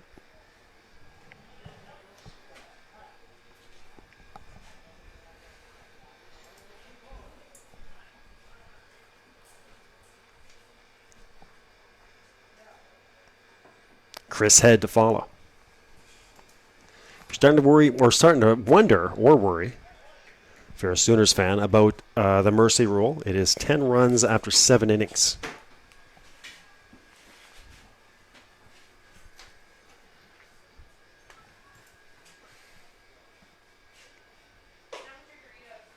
High and outside.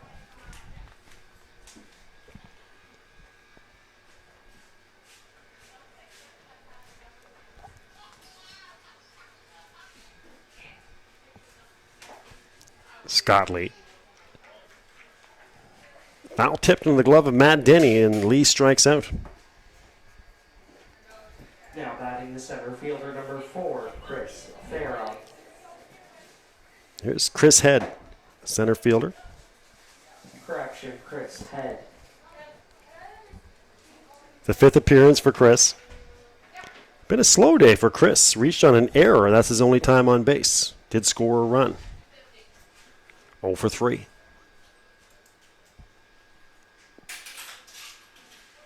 Swung on to right field. And caught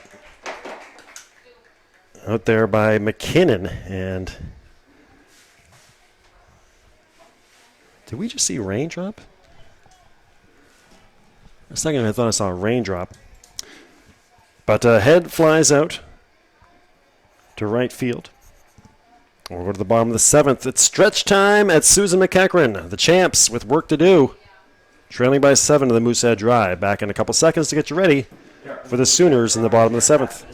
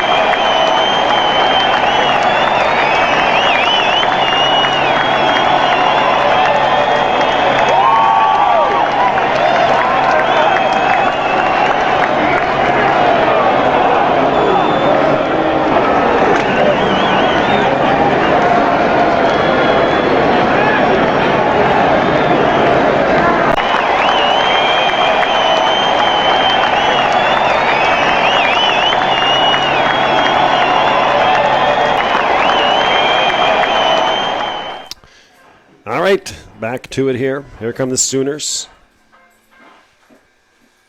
Trailing by 8 runs now. Brewer, Forrest, and Ferguson. And Farrow to follow. Should anyone reach? Pitch is low. Liam Logan out there for his 7th inning. Been eerily easy so far for Liam. Only allowed 4 hits. 4 strikeouts. Has induced a whole bunch of ground balls. Kept everybody in the field busy.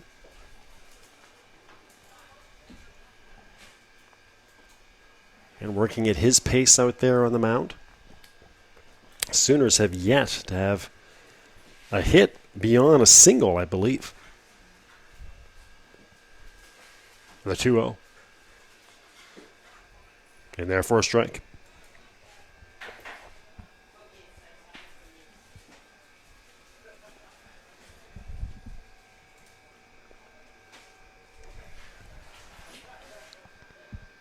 And talking about temperatures, it's actually a little bit nippy down there in the stands for some folks. Starting to see the sweaters and jackets come out. That's going to get into the gap and all the way to the wall in right center. And Brewer will stand up at second with the double. So on cue, there's your first extra base hit for the Sooners. This is in the 7th inning. That's Brewer with a stand-up double with no outs. But camera girl Krista Greenwood saying she's freezing down there in the stands.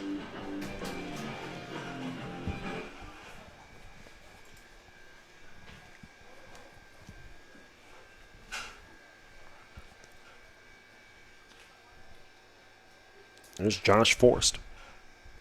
Reached on a fielder's choice. Walked. But on the walk was forced out at second base.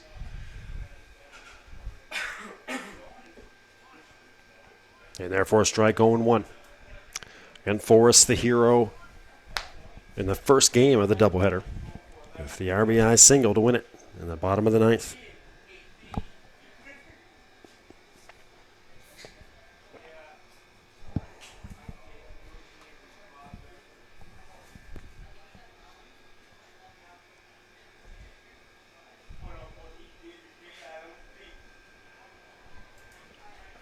Ball low, 1-1.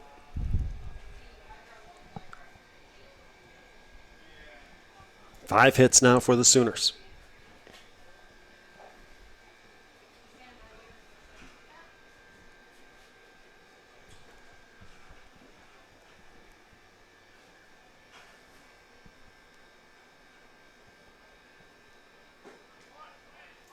On the inside portion, strike 2. Moosehead Dry again, trying to get back to Dartmouth with the win salvaged. They would move to 12-7.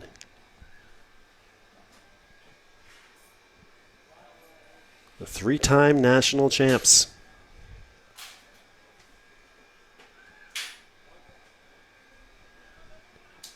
Trying to get this team straightened around heading to the playoffs after nationals this year in Chatham. Swung on. Over the head of Mark Phillips, and will they send Justin Brewer? No, they'll hold him at third. Not a lot of speed with Big Justin. So they'll hold Brewer at third. Now batting the first baseman, number 22, Sean Ferguson. Josh Forrest a single. The second time in the game that the Sooners have had back-to-back hits. Runners at the corners.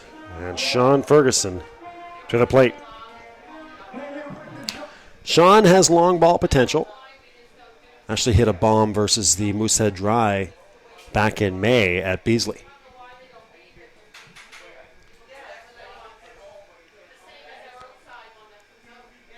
Not sure the Sooners really need a 3-run home run right now. Of course, I'm sure they'd take one. They'd love to just keep stringing singles and doubles together at this point. No outs in the inning. Ferguson and Farrow to follow.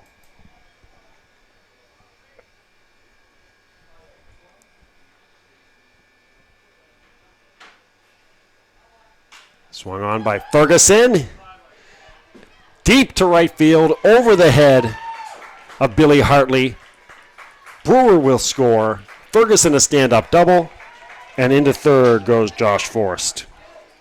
The Sooners are on the board. RBI double for Ferguson. Now batting the shortstop, number 4, Chris Farrow. That makes it 8-1. Still no outs in the inning.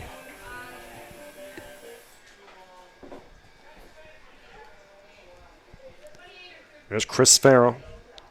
Reached twice on a fielder's choice.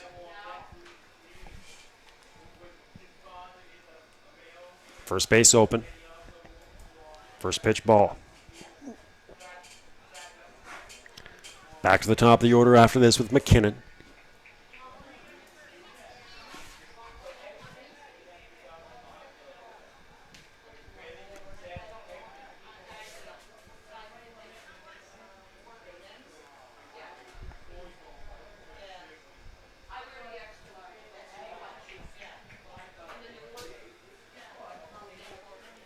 McKinnon steps out.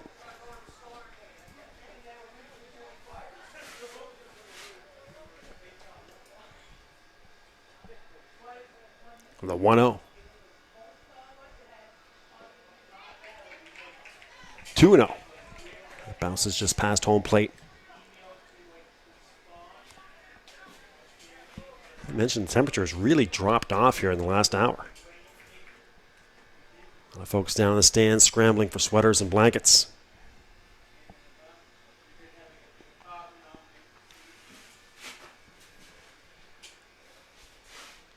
The 2-0. In there for a strike. Farrow didn't even move on it. 2-1.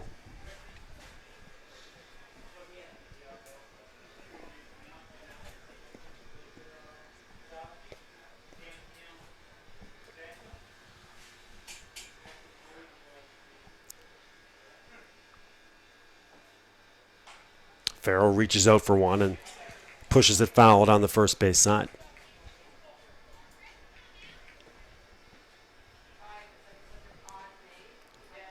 And 2-2 now on Farrow.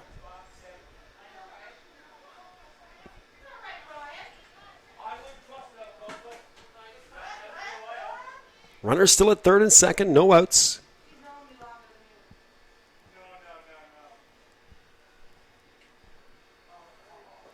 Inside, a walk for Farrow, and now the bases are loaded. Now batting the right fielder, number 14, Jeff McKinnon. Slowly but surely, this one getting interested. All four men, or interesting. All four men have reached. Bases are loaded. One run is in. Back to the top of the order. So the heart of the order coming up here.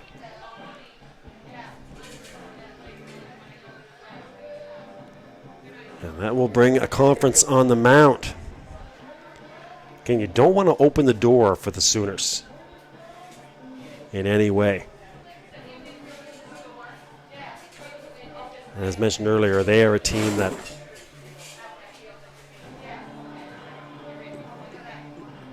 aren't finished until the final out. They will keep scrapping. Meanwhile, Moosehead Dry, one of their traits over the years has been the adding on of runs. Done a lot of games where they'll be up 7 or 8 runs. The 0-0 outside for a strike. But the Dry will be up 4 or 5 runs, and they'll go to the bottom of the 8th at Beasley, and then they'll put up 5 runs and make it a 10-0 or a 10-run game, 9-run game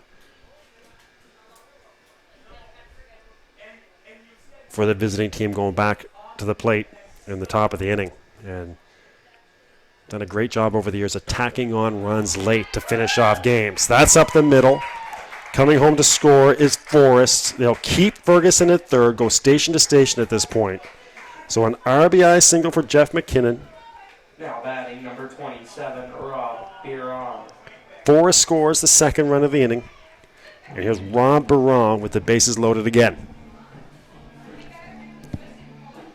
And again, if you're the Sooners with this type of situation, all a team ever wants in a situation like this is just to get the tying run to the plate. Let's just see if we can just keep putting balls in play, getting walks, and just maybe at some point we'll have a guy at the plate who represents the tying run. Gets past Camo, but again, unlike the other parks, the backstop here at MccEachern, right behind home plate.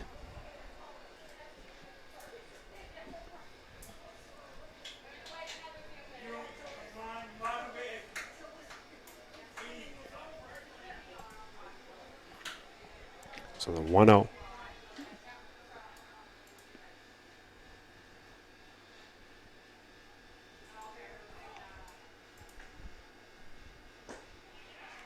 Off the plate, 2-0. Now struggling with control is Liam Logan, his first jam of the game.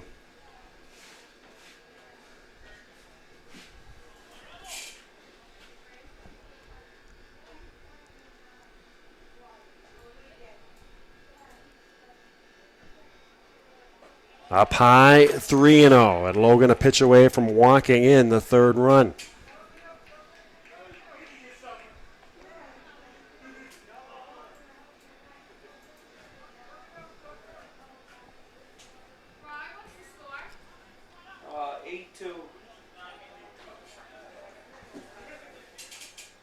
The 3-0. Ball 4. It's 8-3. Ferguson trots home.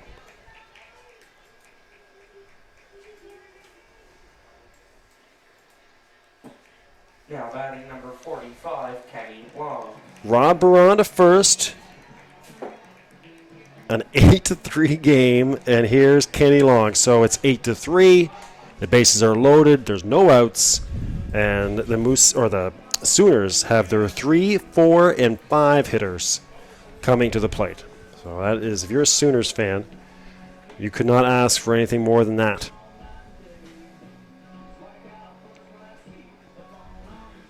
It'll be Kenny Long, who is 0 for 3 so far. Grounded to short, grounded to second, and grounded to first has Kenny.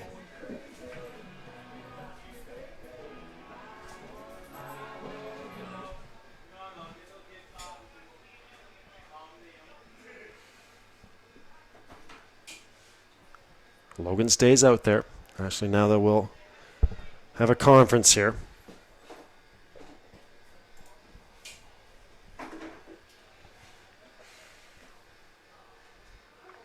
And that'll do it for Liam. Well, he cruised for 6 innings, but ran into this pesky Sooner squad in the 7th. Did not record an out in the 7th. All 6 men have reached. The only extra base hit was Ferguson with the double.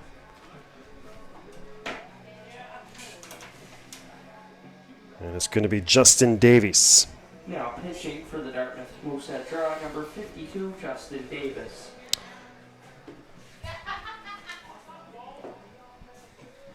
All right, so let's take a quick break as Justin warms up. 8-3, here come the champs on Community One.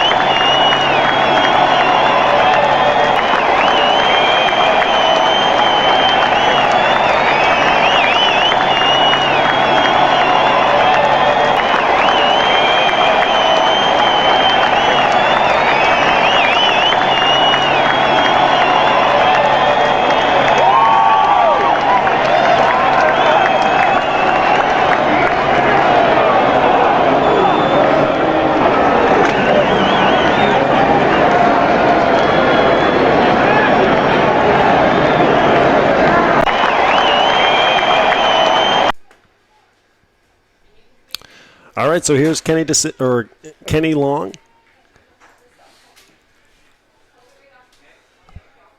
Bases loaded, no outs. 3 runs already in. Kenny Long is the 7th batter to come to the plate.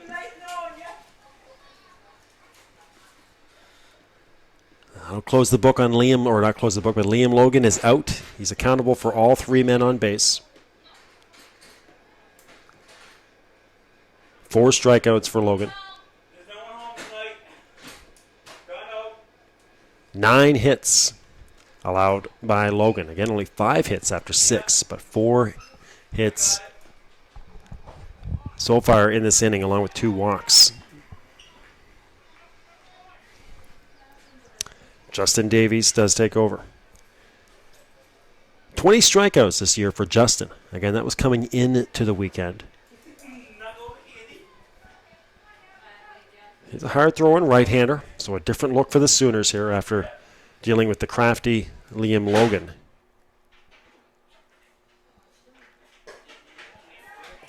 That pitch is high.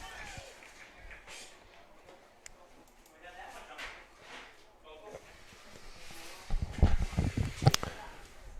course, you remember one of the last times we were here at Susan MccEachern, we had the 4-hour game that went 13 innings between the Halifax Pelham Canadians.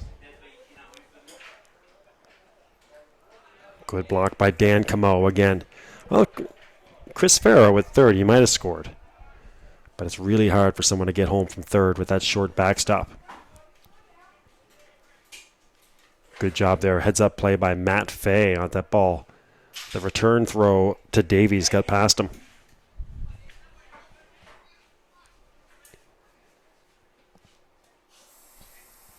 All of a sudden, a 5-run game. The tying run is in the on-deck circle in the form of Matt Denny, the league's leading hitter.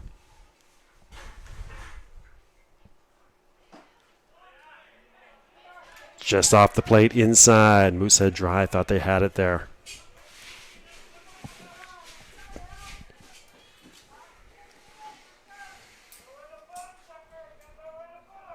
Three balls and 2 strikes. All of a sudden, this game, we have a big pitch.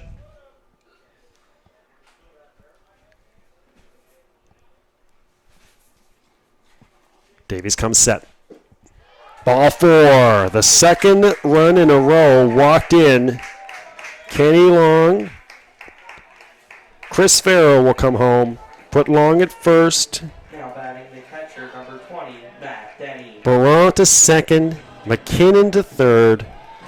And all of a sudden, the tying run is at home plate. As I mentioned, that's a lot of times all you can ask for in these situations when you trail by 8 runs in the 7th. And not only do they have the tying run at the plate, there's no outs. And it's the league's leading hitter in Matt Denny.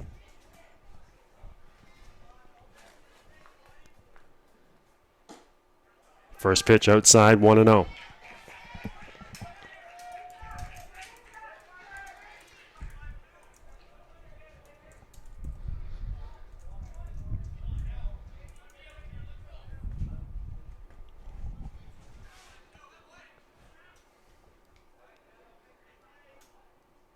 Davies comes set.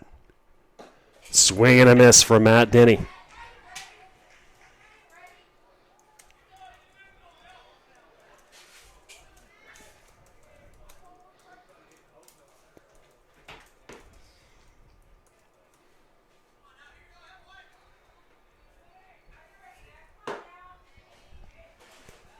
The 1-1.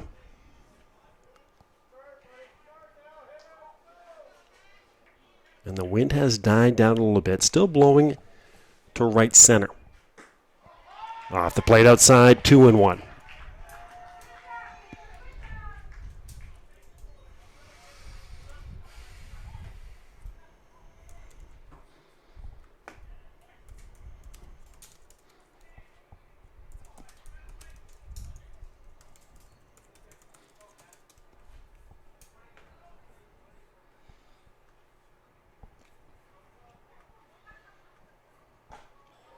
Another swing and a miss for Matt Denny. And now 2-2.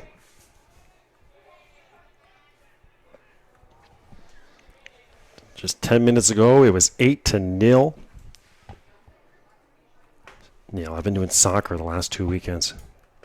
8-0. And now here we are 10 minutes later. And Matt Denny is up as the tying run. The 2-2. Back up the middle. Gets through. 1 run will come home. 8-5. They're going to hold. They're going to continue to go station to station here. McKinnon will come home, make it 8-5. They'll hold Rod Baran at third. Fielder number 32, Jordan Shepard. Kenny Long at second. Matt Denny at first. RBI single for Matt Denny. And it's 8-5. And a center fielder, Phil Brown in BC, says the boys are relentless.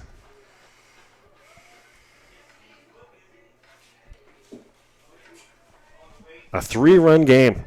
And now the go-ahead run is at the plate. Tying run at first. In the form of Jordan Shepard, he is the 9th man to come to the plate in the inning, and there are still no outs.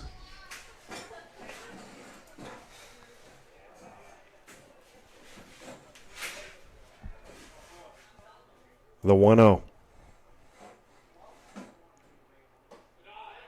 Up high, 2-0.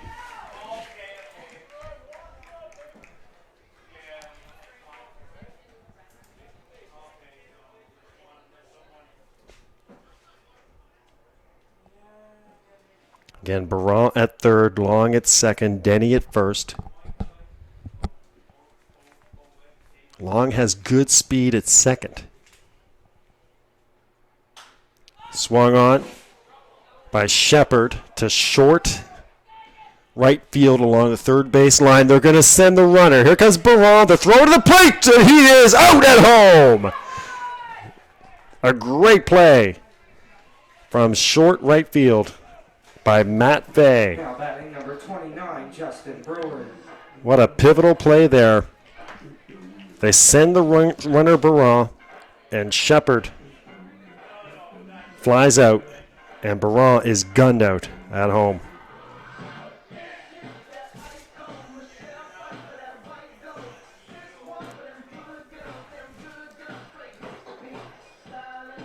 So just like that, 2 outs in the inning. Here's your 10th man to come to the plate, Justin Brewer. He got it all started with a single. Ken Long goes to third on the play, heads up base running there. Matt Denny stays at first. Tying run back of the plate again, but not nearly in a dangerous situation as we just had.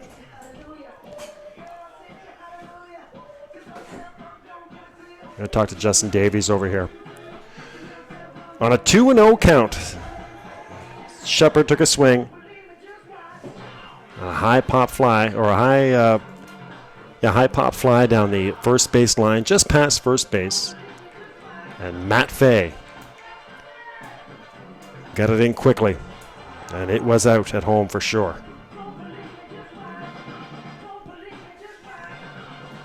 Get the hard charging Baran. He had good speed coming down the line as well. All right, so again we begin with Justin Brewer. Begin a new situation, I should say. A much better one for the Moosehead Dry. 2 out, runners at the corners. A 3-run lead.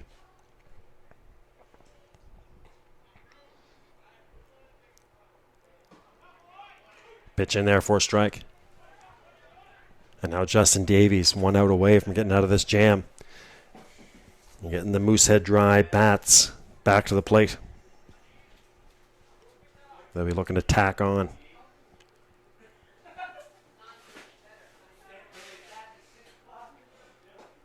Out in front, Justin. 0-2, and now Davies 1 strike away.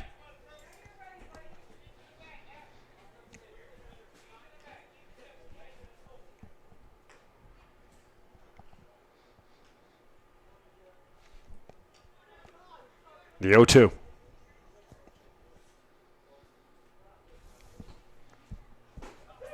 Strike 3 called. That'll do it for the Sooners.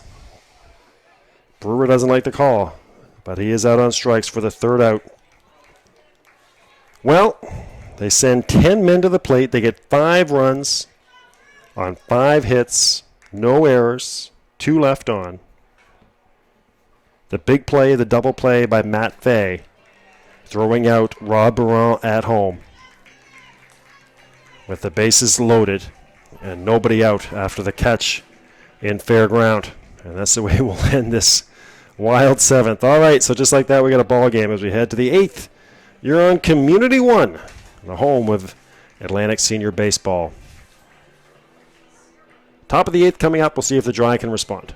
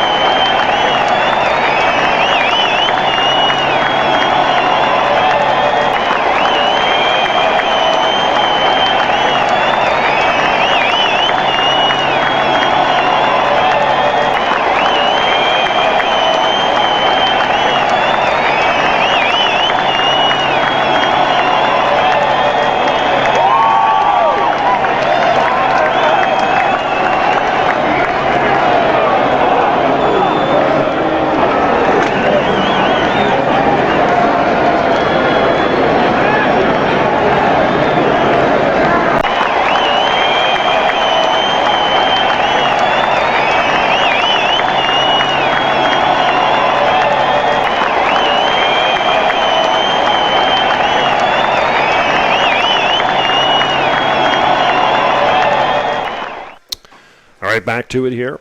In the top of the 8th, Dan Camo, Greg West, and Mark Phillips, the 2, 3, 4 hitters coming up in the top of the 8th for the Dry. And, of course, again, just to mention again, this is a Dry team, or not mention again, but I made reference earlier to how over the last 4 years, well, I think probably historically with the lineups they've had, the Dry have always had that ability to tack on runs that just kind of break your back. You get to within 3 or 4, you think you have a chance, you just want to get back up to the plate, and then they'll come out and put up 3 or 4 more runs on you to get that lead back to close to where it was.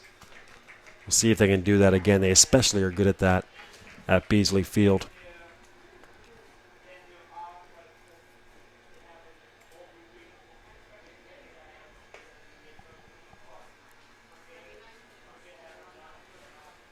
There's Dan Camo. First pitch swinging down the first baseline, and foul. And the 0-1. Just off the plate, 1-1.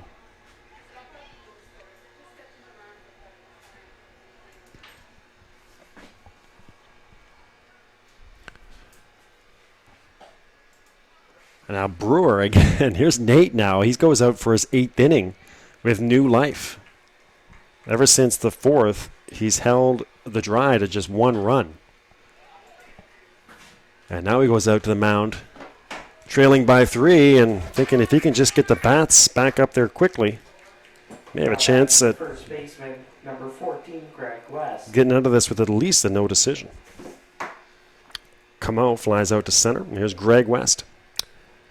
Greg 1 for 4, singled and scored back in the 4th, or in the 3rd. Swung on, and over the backstop, and into the beer garden here. Beer garden is spilled out a little bit. It was full there a few innings ago with folks having a good time. Fouled off the catcher's mask to the backstop. Quickly 0-2.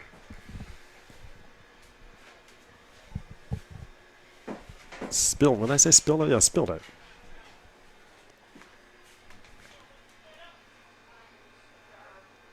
Again, the temperature has really dropped off. Looking at some folks in the stands, they got trying to bundle up. Everybody came dressed for a hot summer day.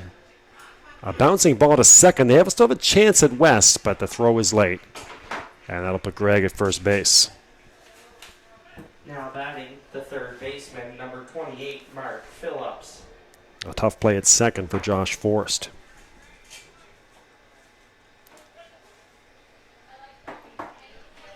But yeah, everybody came dressed for summer today.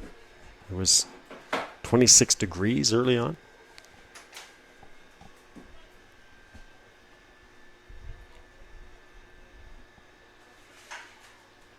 Phillips finds a hole on the left side past the diving Farrow. And here come the Dry now in the 8th. Greg West to second. Mark Phillips to first. Phillips having himself a day. Now 3 for 5 with a 2-run blast. Here's Matt Harding.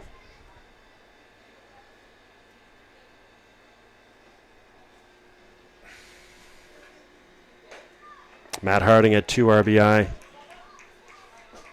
Single. Back in the 4th. Swung on by Matt. Hit sharply to center field. Over the head along. Off the wall. Coming around to score is Greg West.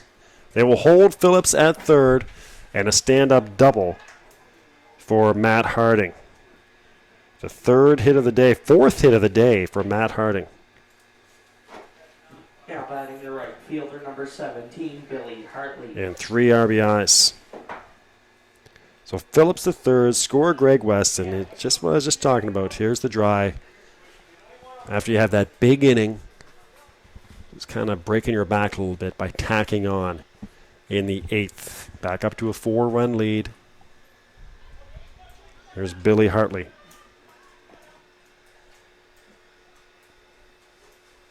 Oh for 3. Or 0 for 2 is Billy with the walk. Swung on and fouled out of play on the third base side, just over the souvenir stand.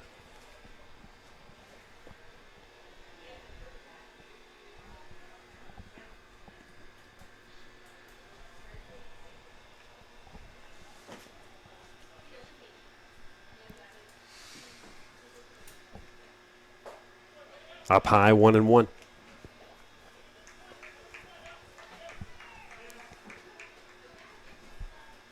And wind blowing out to right center.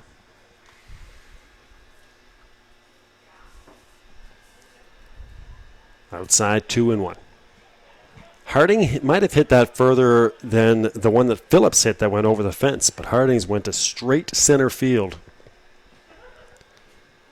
and hit the fence on a little skip bounce. Now batting the shortstop, Hartley 11, Matt Dudelet. takes the walk. He'll go down to first. Bases loaded. There's Matt Dudelet. A single for Dudelet today. 1 for 3 with a walk. Been stranded the first 2 times he's reached. We'll see Matt Fay and Chris Head, should anyone reach.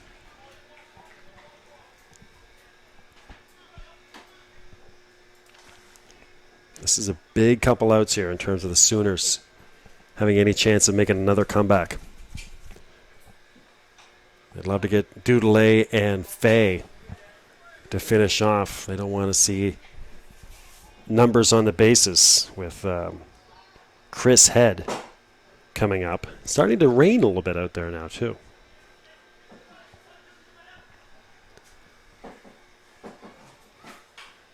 Dudelet to second. Nice diving play. The throw to first. Not in time to get Dudelet. Forrest slid across, made the play at second. Bobbled it for a moment before picking up the ball. Now batting the second baseman, number 22, Matt Fay. But was able to get the force on Harding for the second out. The run comes home to score, Mark Phillips. That'll make it 10-5. Billy Hartley out at second. Matt Harding to third, check that. Billy Hartley out at second. And Matt Dudelet to first. And a line out to Chris Farrow to end the inning. Well, the Dry add 2. On 2 hits. And they leave 2 on. No Sidney Ayers. 6 men come to the plate. And we go to the bottom of the 8th inning. In a 5-run game from Susan MccEachern in the heart of beautiful Sydney, Nova Scotia. Great to have you with us on Atlantic Senior Baseball Game of the Week. Again, Saturday, we are off to St. John, New Brunswick. Our first time ever in St. John at Memorial Park. The Chatham Ironmen will be there versus the Alpines. Dartmouth Moosehead Dry in their half of the 8th inning has 2 runs. 3 hits, no Next Nova Scotia game, we are in score after 7.5. Kentville at Memorial Park on July 29th.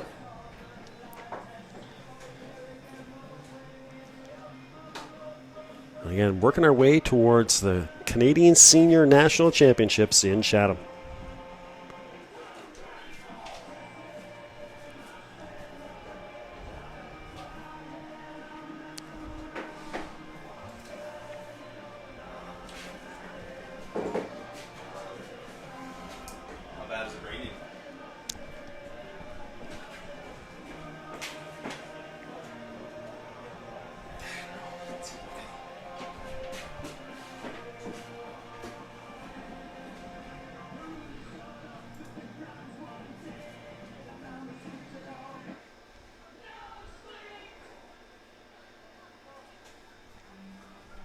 Now batting number All right. 44, Josh Forrest.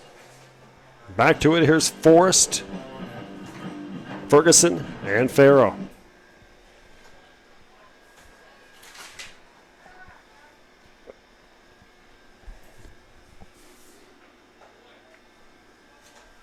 First pitch ball.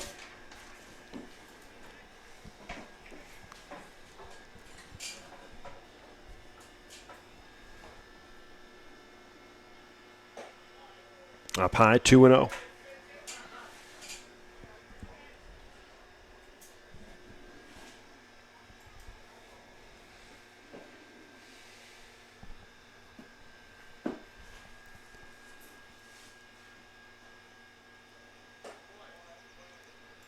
Three and 0. So again, temperatures drop, starting to drizzle out there now.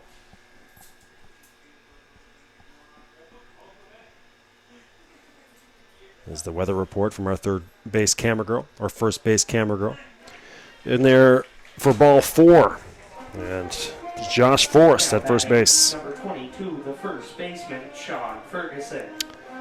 There's Sean Ferguson. Had a double and scored in that big 7th inning when the Sooners brought home 5.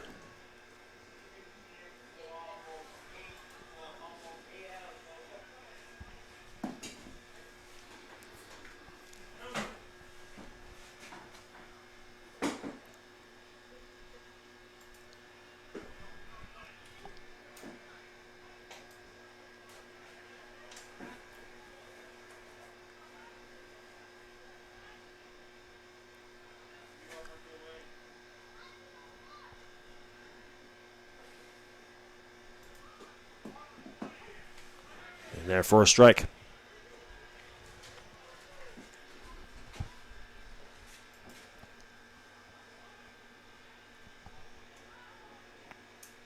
Forrest at first. Ferguson will try to keep it going. Again, he had the double last inning. Curveball in the first strike. And strike 3 is the call on Ferguson. Now batting the shortstop, number 4, Chris Farrow. So Ferguson caught looking, and here's Chris Farrow. Had a walk and scored in the 7th.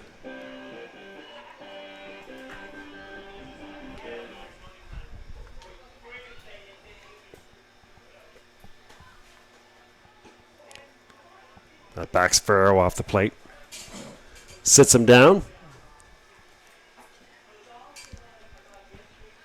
Justin Davies out there for his 2nd inning. He got all 3 outs in the 7th.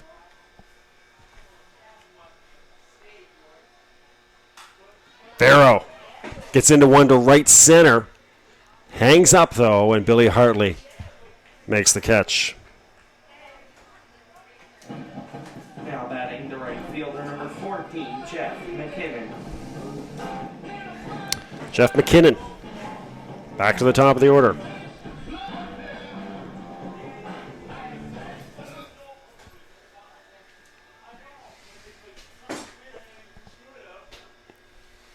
McKinnon, and should he reach, we'll see Rob Barron. 2 outs with Josh Forrest still at first base. Off the plate, ball 1. Again, that 7th inning, the big decision to send Rob Barron home on a fly ball just past first base. Matt Fay made a great play. He had to come a long way to get that, made the catch, and then turned and fired a strike home. If that throw is 5 or 6 feet to either side of home plate, that's going to score a run. So it's one of those plays you got to tip your hat to Matt Fay. He made a great play. A risky decision still. Especially when you're still trailing by 3 runs. But a great play.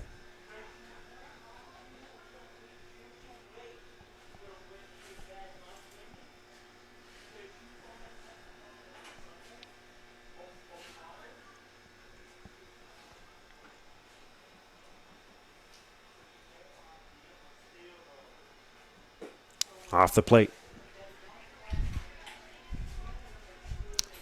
2-2.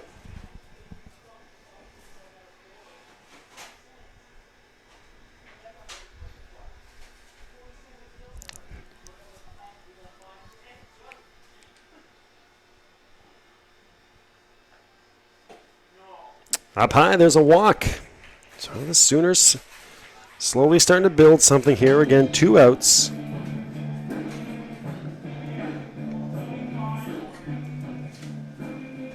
Two walks in the inning, or a single and a walk. 27, Rob Biron.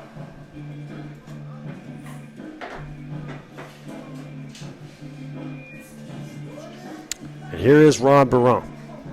Came in the 3rd inning to replace Corey Christie.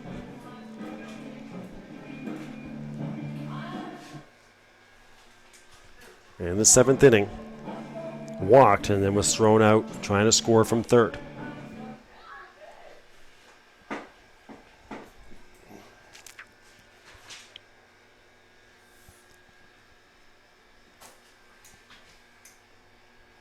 And there's going to be a hit batter. Biron takes one up in a good area. If you got to take one up around that high shoulder area. 25, Kenny Long.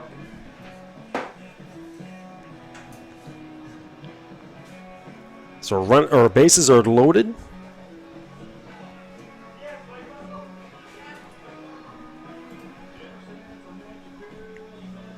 And that big meaty part of the upper back.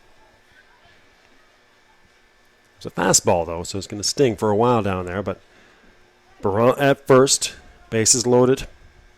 Here's Kenny Long, tying run in the on-deck circle. Again, in the form of Matt Denny. That was the situation in the 7th.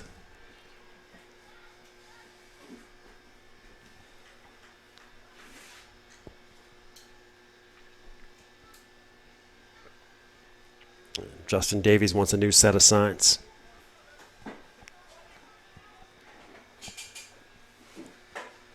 In a situation you're not sure how much Justin and Dan Camo have worked together as a battery. Justin Stevens does most of the catching. There's a bouncing ball to second. Matt Fay, and he'll touch second base. And that'll do it for the Sooners in the 8th.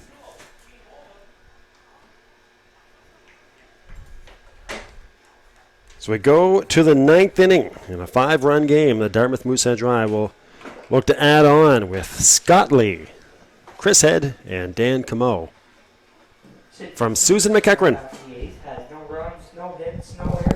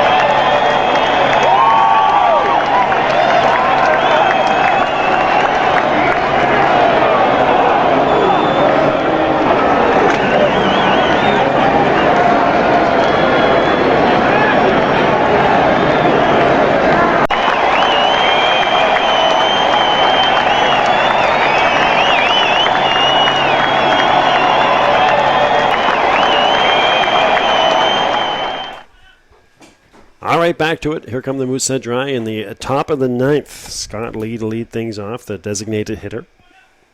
Reached on an error in the 4th, singled in the 2nd, and flew up to center and struck out. So 1 for 4 is Scott Lee. Scored a run. Out in front. 1 ball and 2 strikes. And Nate Brewer out there for his 9th inning of work.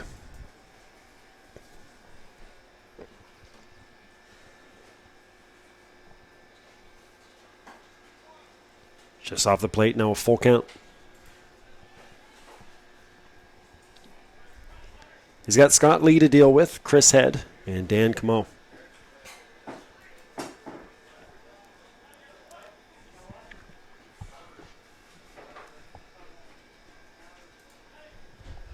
Well, the Sooners had their chances. Again, 5 runs in the 7th.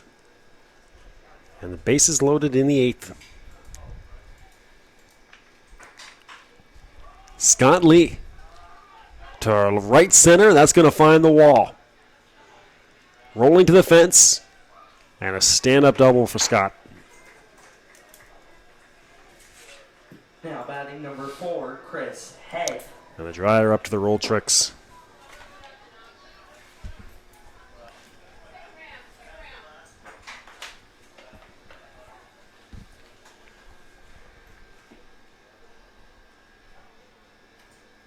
Offense has looked very good this weekend for the Moosehead Dry.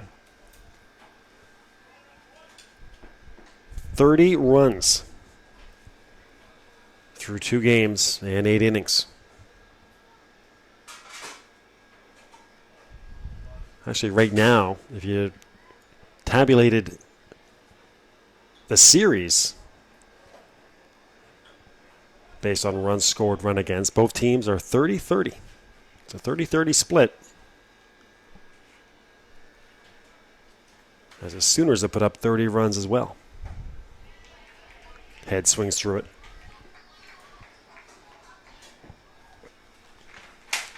So 60 runs combined between these two teams. As we come to the end here of Game 3.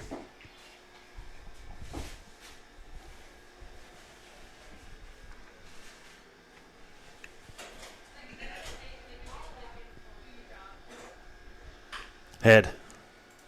Hot shot to Farrow. He'll retire Chris at first base. Now batting the catcher number 41, Dan Camo.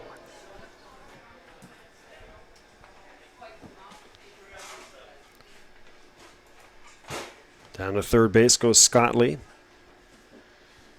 And there's Dan Camo.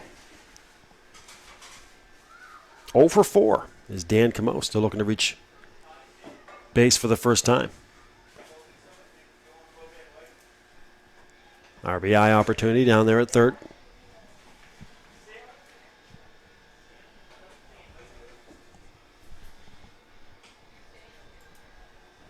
Ball gets past, but again, no chance for that run to come home.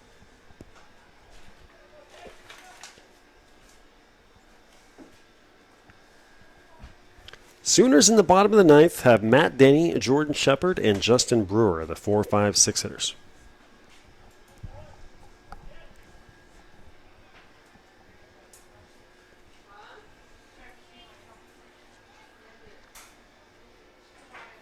They're going on about 2 hours and 50 minutes of game time.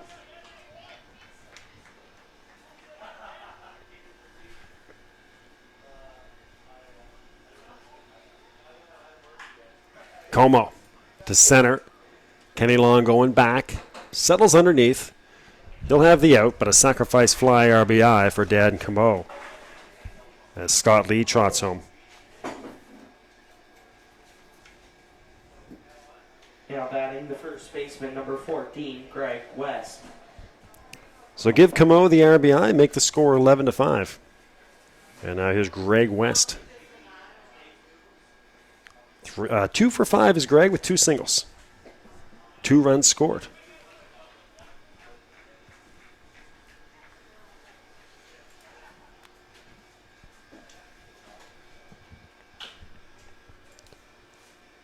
To third, a slow rolling ball for Baron, up with it, but good hustle by Greg West. He's safe at first base. Now batting number 28, Mark Phillips. Third Baron baseman.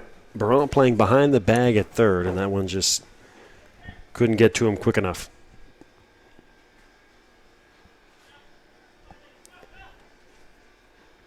Mark Phillips.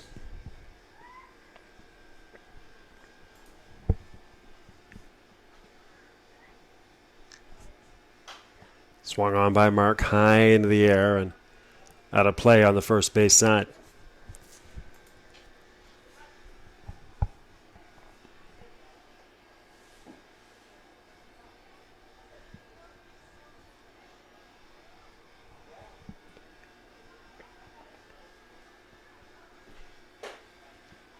Up high, 1-1.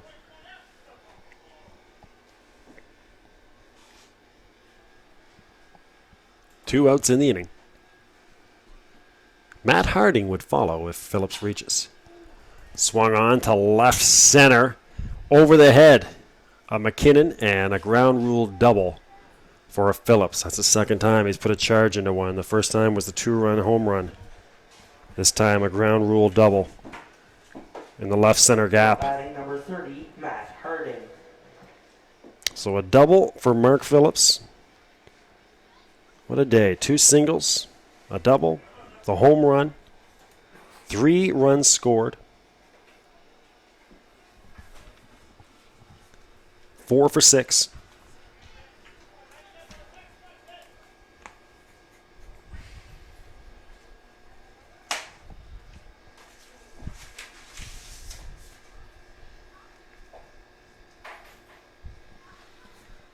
There's Matt Harding. Harding, he would be the player of the game, if you will, for the Dry if it wasn't for Mark Phillips.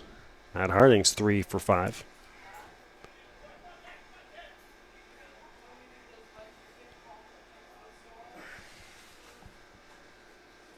Three singles, 2 RBIs. And therefore a strike.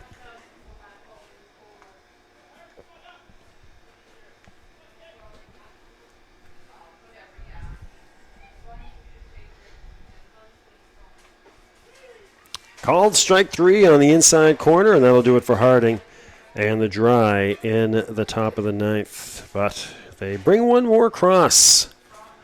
Make it 11-5.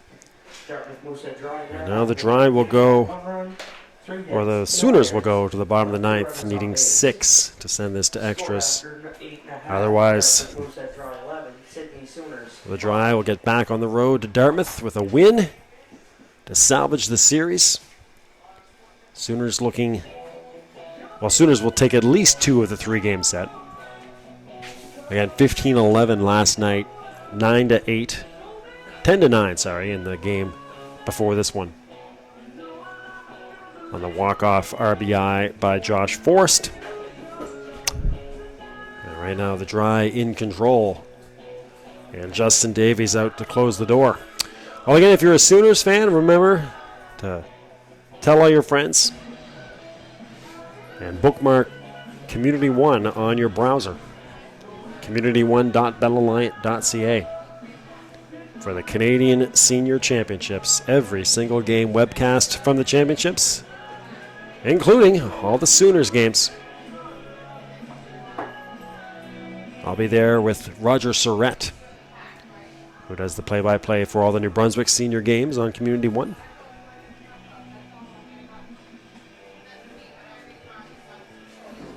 It's going to be a lot of fun from one of the most beautiful parts of the region, Chatham, New Brunswick, in the Miramichi Valley, at historic Ironman Park. Now batting number 20, Matt Denny. So here's Matt Denny, the number 4 hitter.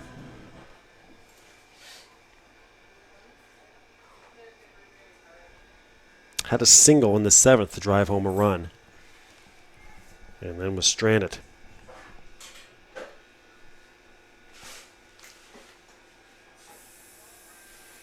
Ball 1.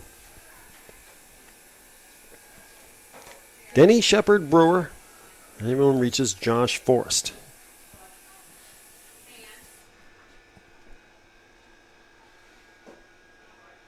And therefore a strike, 1-1.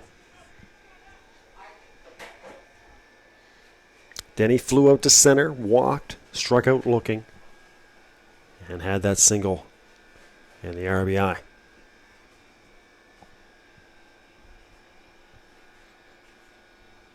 Denny Swung on, gets into one to right field. Billy Hartley makes the play out there in right field. Had to circle around on it a little bit. That makes the catch just about 5 feet in front of the warning track in deep right field. So Denny puts a charge into one, but just not enough. There's Jordan Shepard. Tough day for Jordan so far, 0 for 4.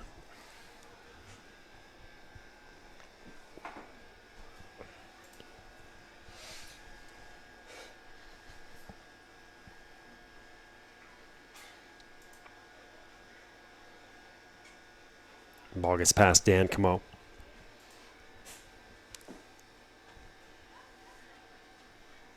Again, if you're just joining us, Justin Stevens not able to catch the second game. Took a pitch off the back of the left hand last night. Did catch in the first game. Certainly Moosehead Dry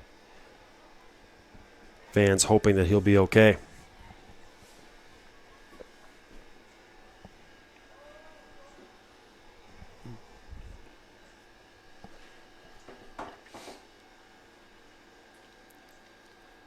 The 1-1. Just off the plate.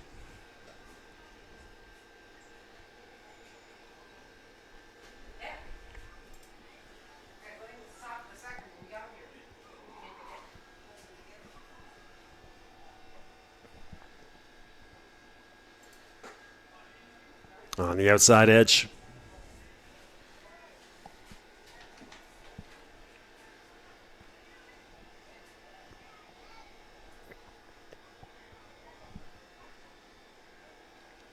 Davies came in the 7th and settled down the Sooners. The first 6 men had reached.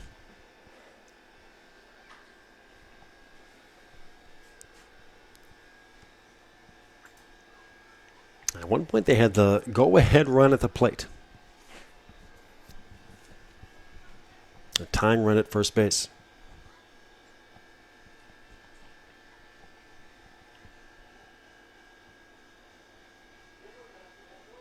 Here comes Davies.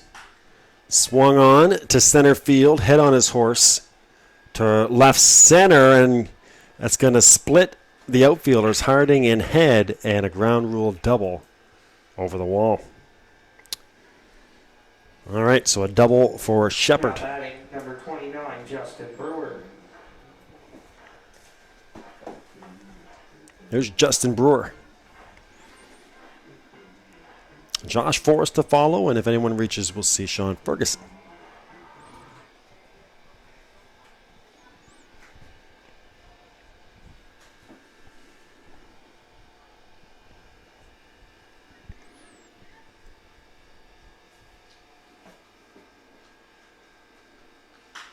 Back up the middle. That's going to scoot on through.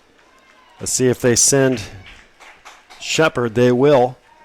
He'll score standing up. So Shepard scores. Now batting number 44, Josh. RBI single for Justin Brewer. And here's Sean Ferguson. Or check that, Josh Forrest.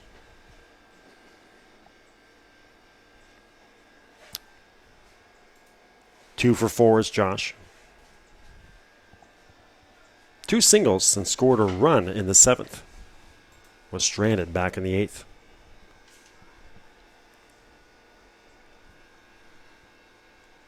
Down to a 5-run game.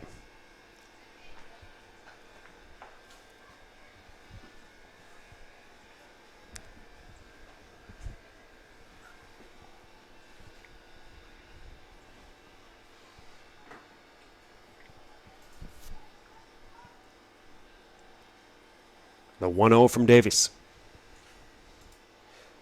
Hello? 1-1.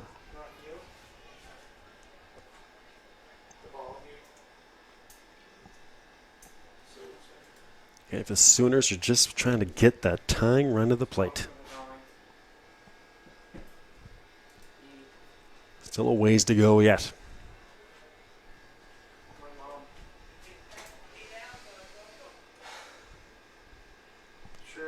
I'm not sure what the delay is here. Justin Davies visually frustrated on the mound. Yeah, I'll see, yeah. Same place as last game. Okay.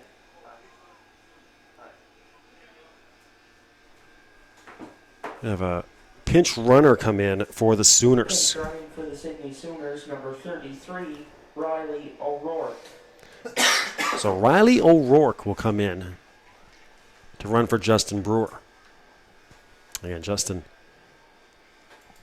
not the fastest of guys out there.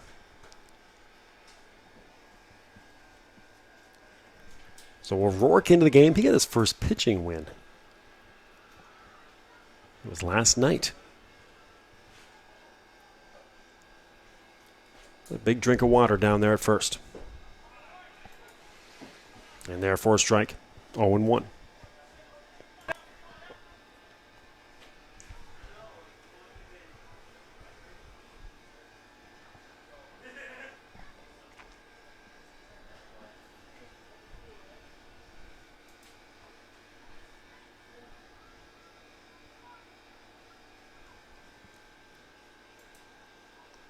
Up high.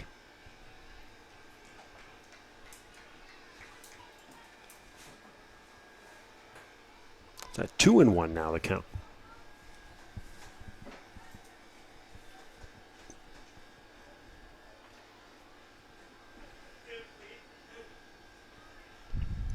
Davies comes set. Swung on, up the middle. Doodle can't get there. Into center. They will keep O'Rourke right there at second base. And now batting number 22, Sean Ferguson. Forrest at first. Brewer at second. And here's Sean Ferguson again.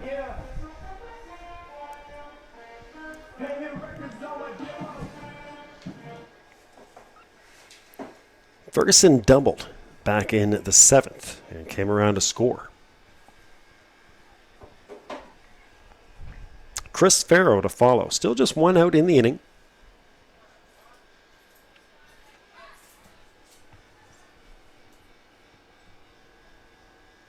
Swung on and caught by Greg West.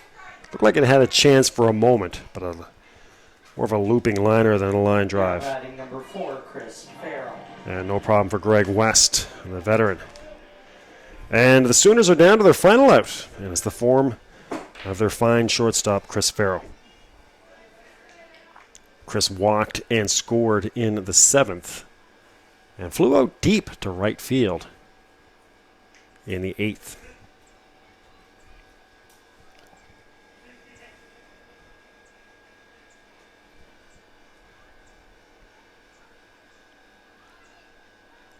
First pitch by Davies. In there for a strike. And back on the air next week in St. John for the Ironmen and the Alpines. That's a doubleheader beginning at 4. Next Nova Scotia action is in Kentville on July 29th from beautiful Memorial Park. Swung on, and Phillips not going to be able to make the play. Gets under his glove. Here comes O'Rourke home to score. He'll stand up, and it's 11-7. So O'Rourke scores. Farrow at first. Now batting number 14, Jeff McKinnon. Going to second is Josh Forrest. In a 4-run game. And the tying run is in the on-deck circle. There's Jeff McKinnon.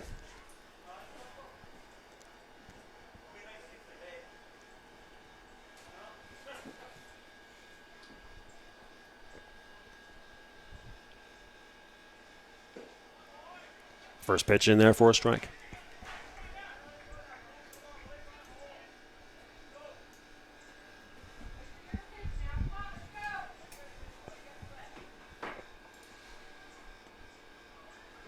The 0-1.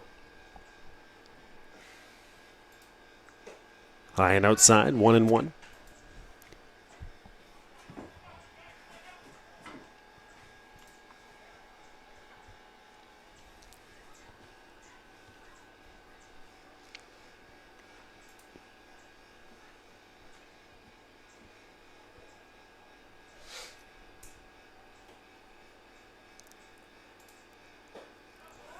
Swinging underneath is Jeff McKinnon, and the Sooners are down to their final strike.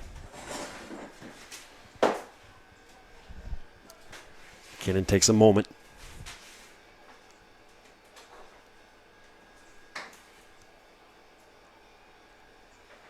Steps in. The 1-2. Davies takes his time and comes set. Comes to the plate. Outside, 2-2.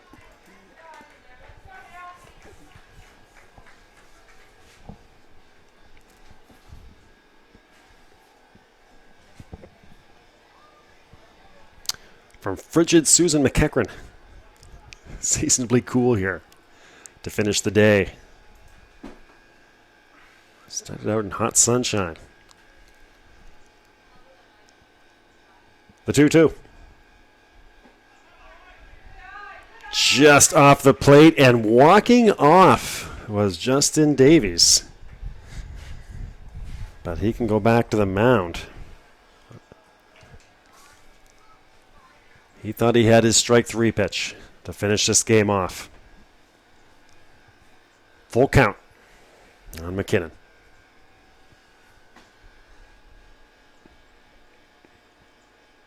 Runners go. Strike 3, and that'll do it. The Moosehead Dry will win this one. Score for today's ball game, the Dartmouth Moosehead Dry. Final score, 11-7. McKinnon strikes out to finish it off. Is August 8th at 7 p.m. versus the Truro Bearcats. For you Sooners fans, the next game here at Susan MccEachern, August the 8th. The next game for the Community One broadcast is in Kentville on July 29th. And for the Atlantic region, in St. John for the Ironmen and Alpines on 1 week from today at Memorial Field. You've been watching a live presentation of Bell Aliant Community One, the leader in local sports webcasting in Atlantic, Canada. The Nova Scotia Senior Baseball League final score, the Moosehead Dry 11, the Sooners 7.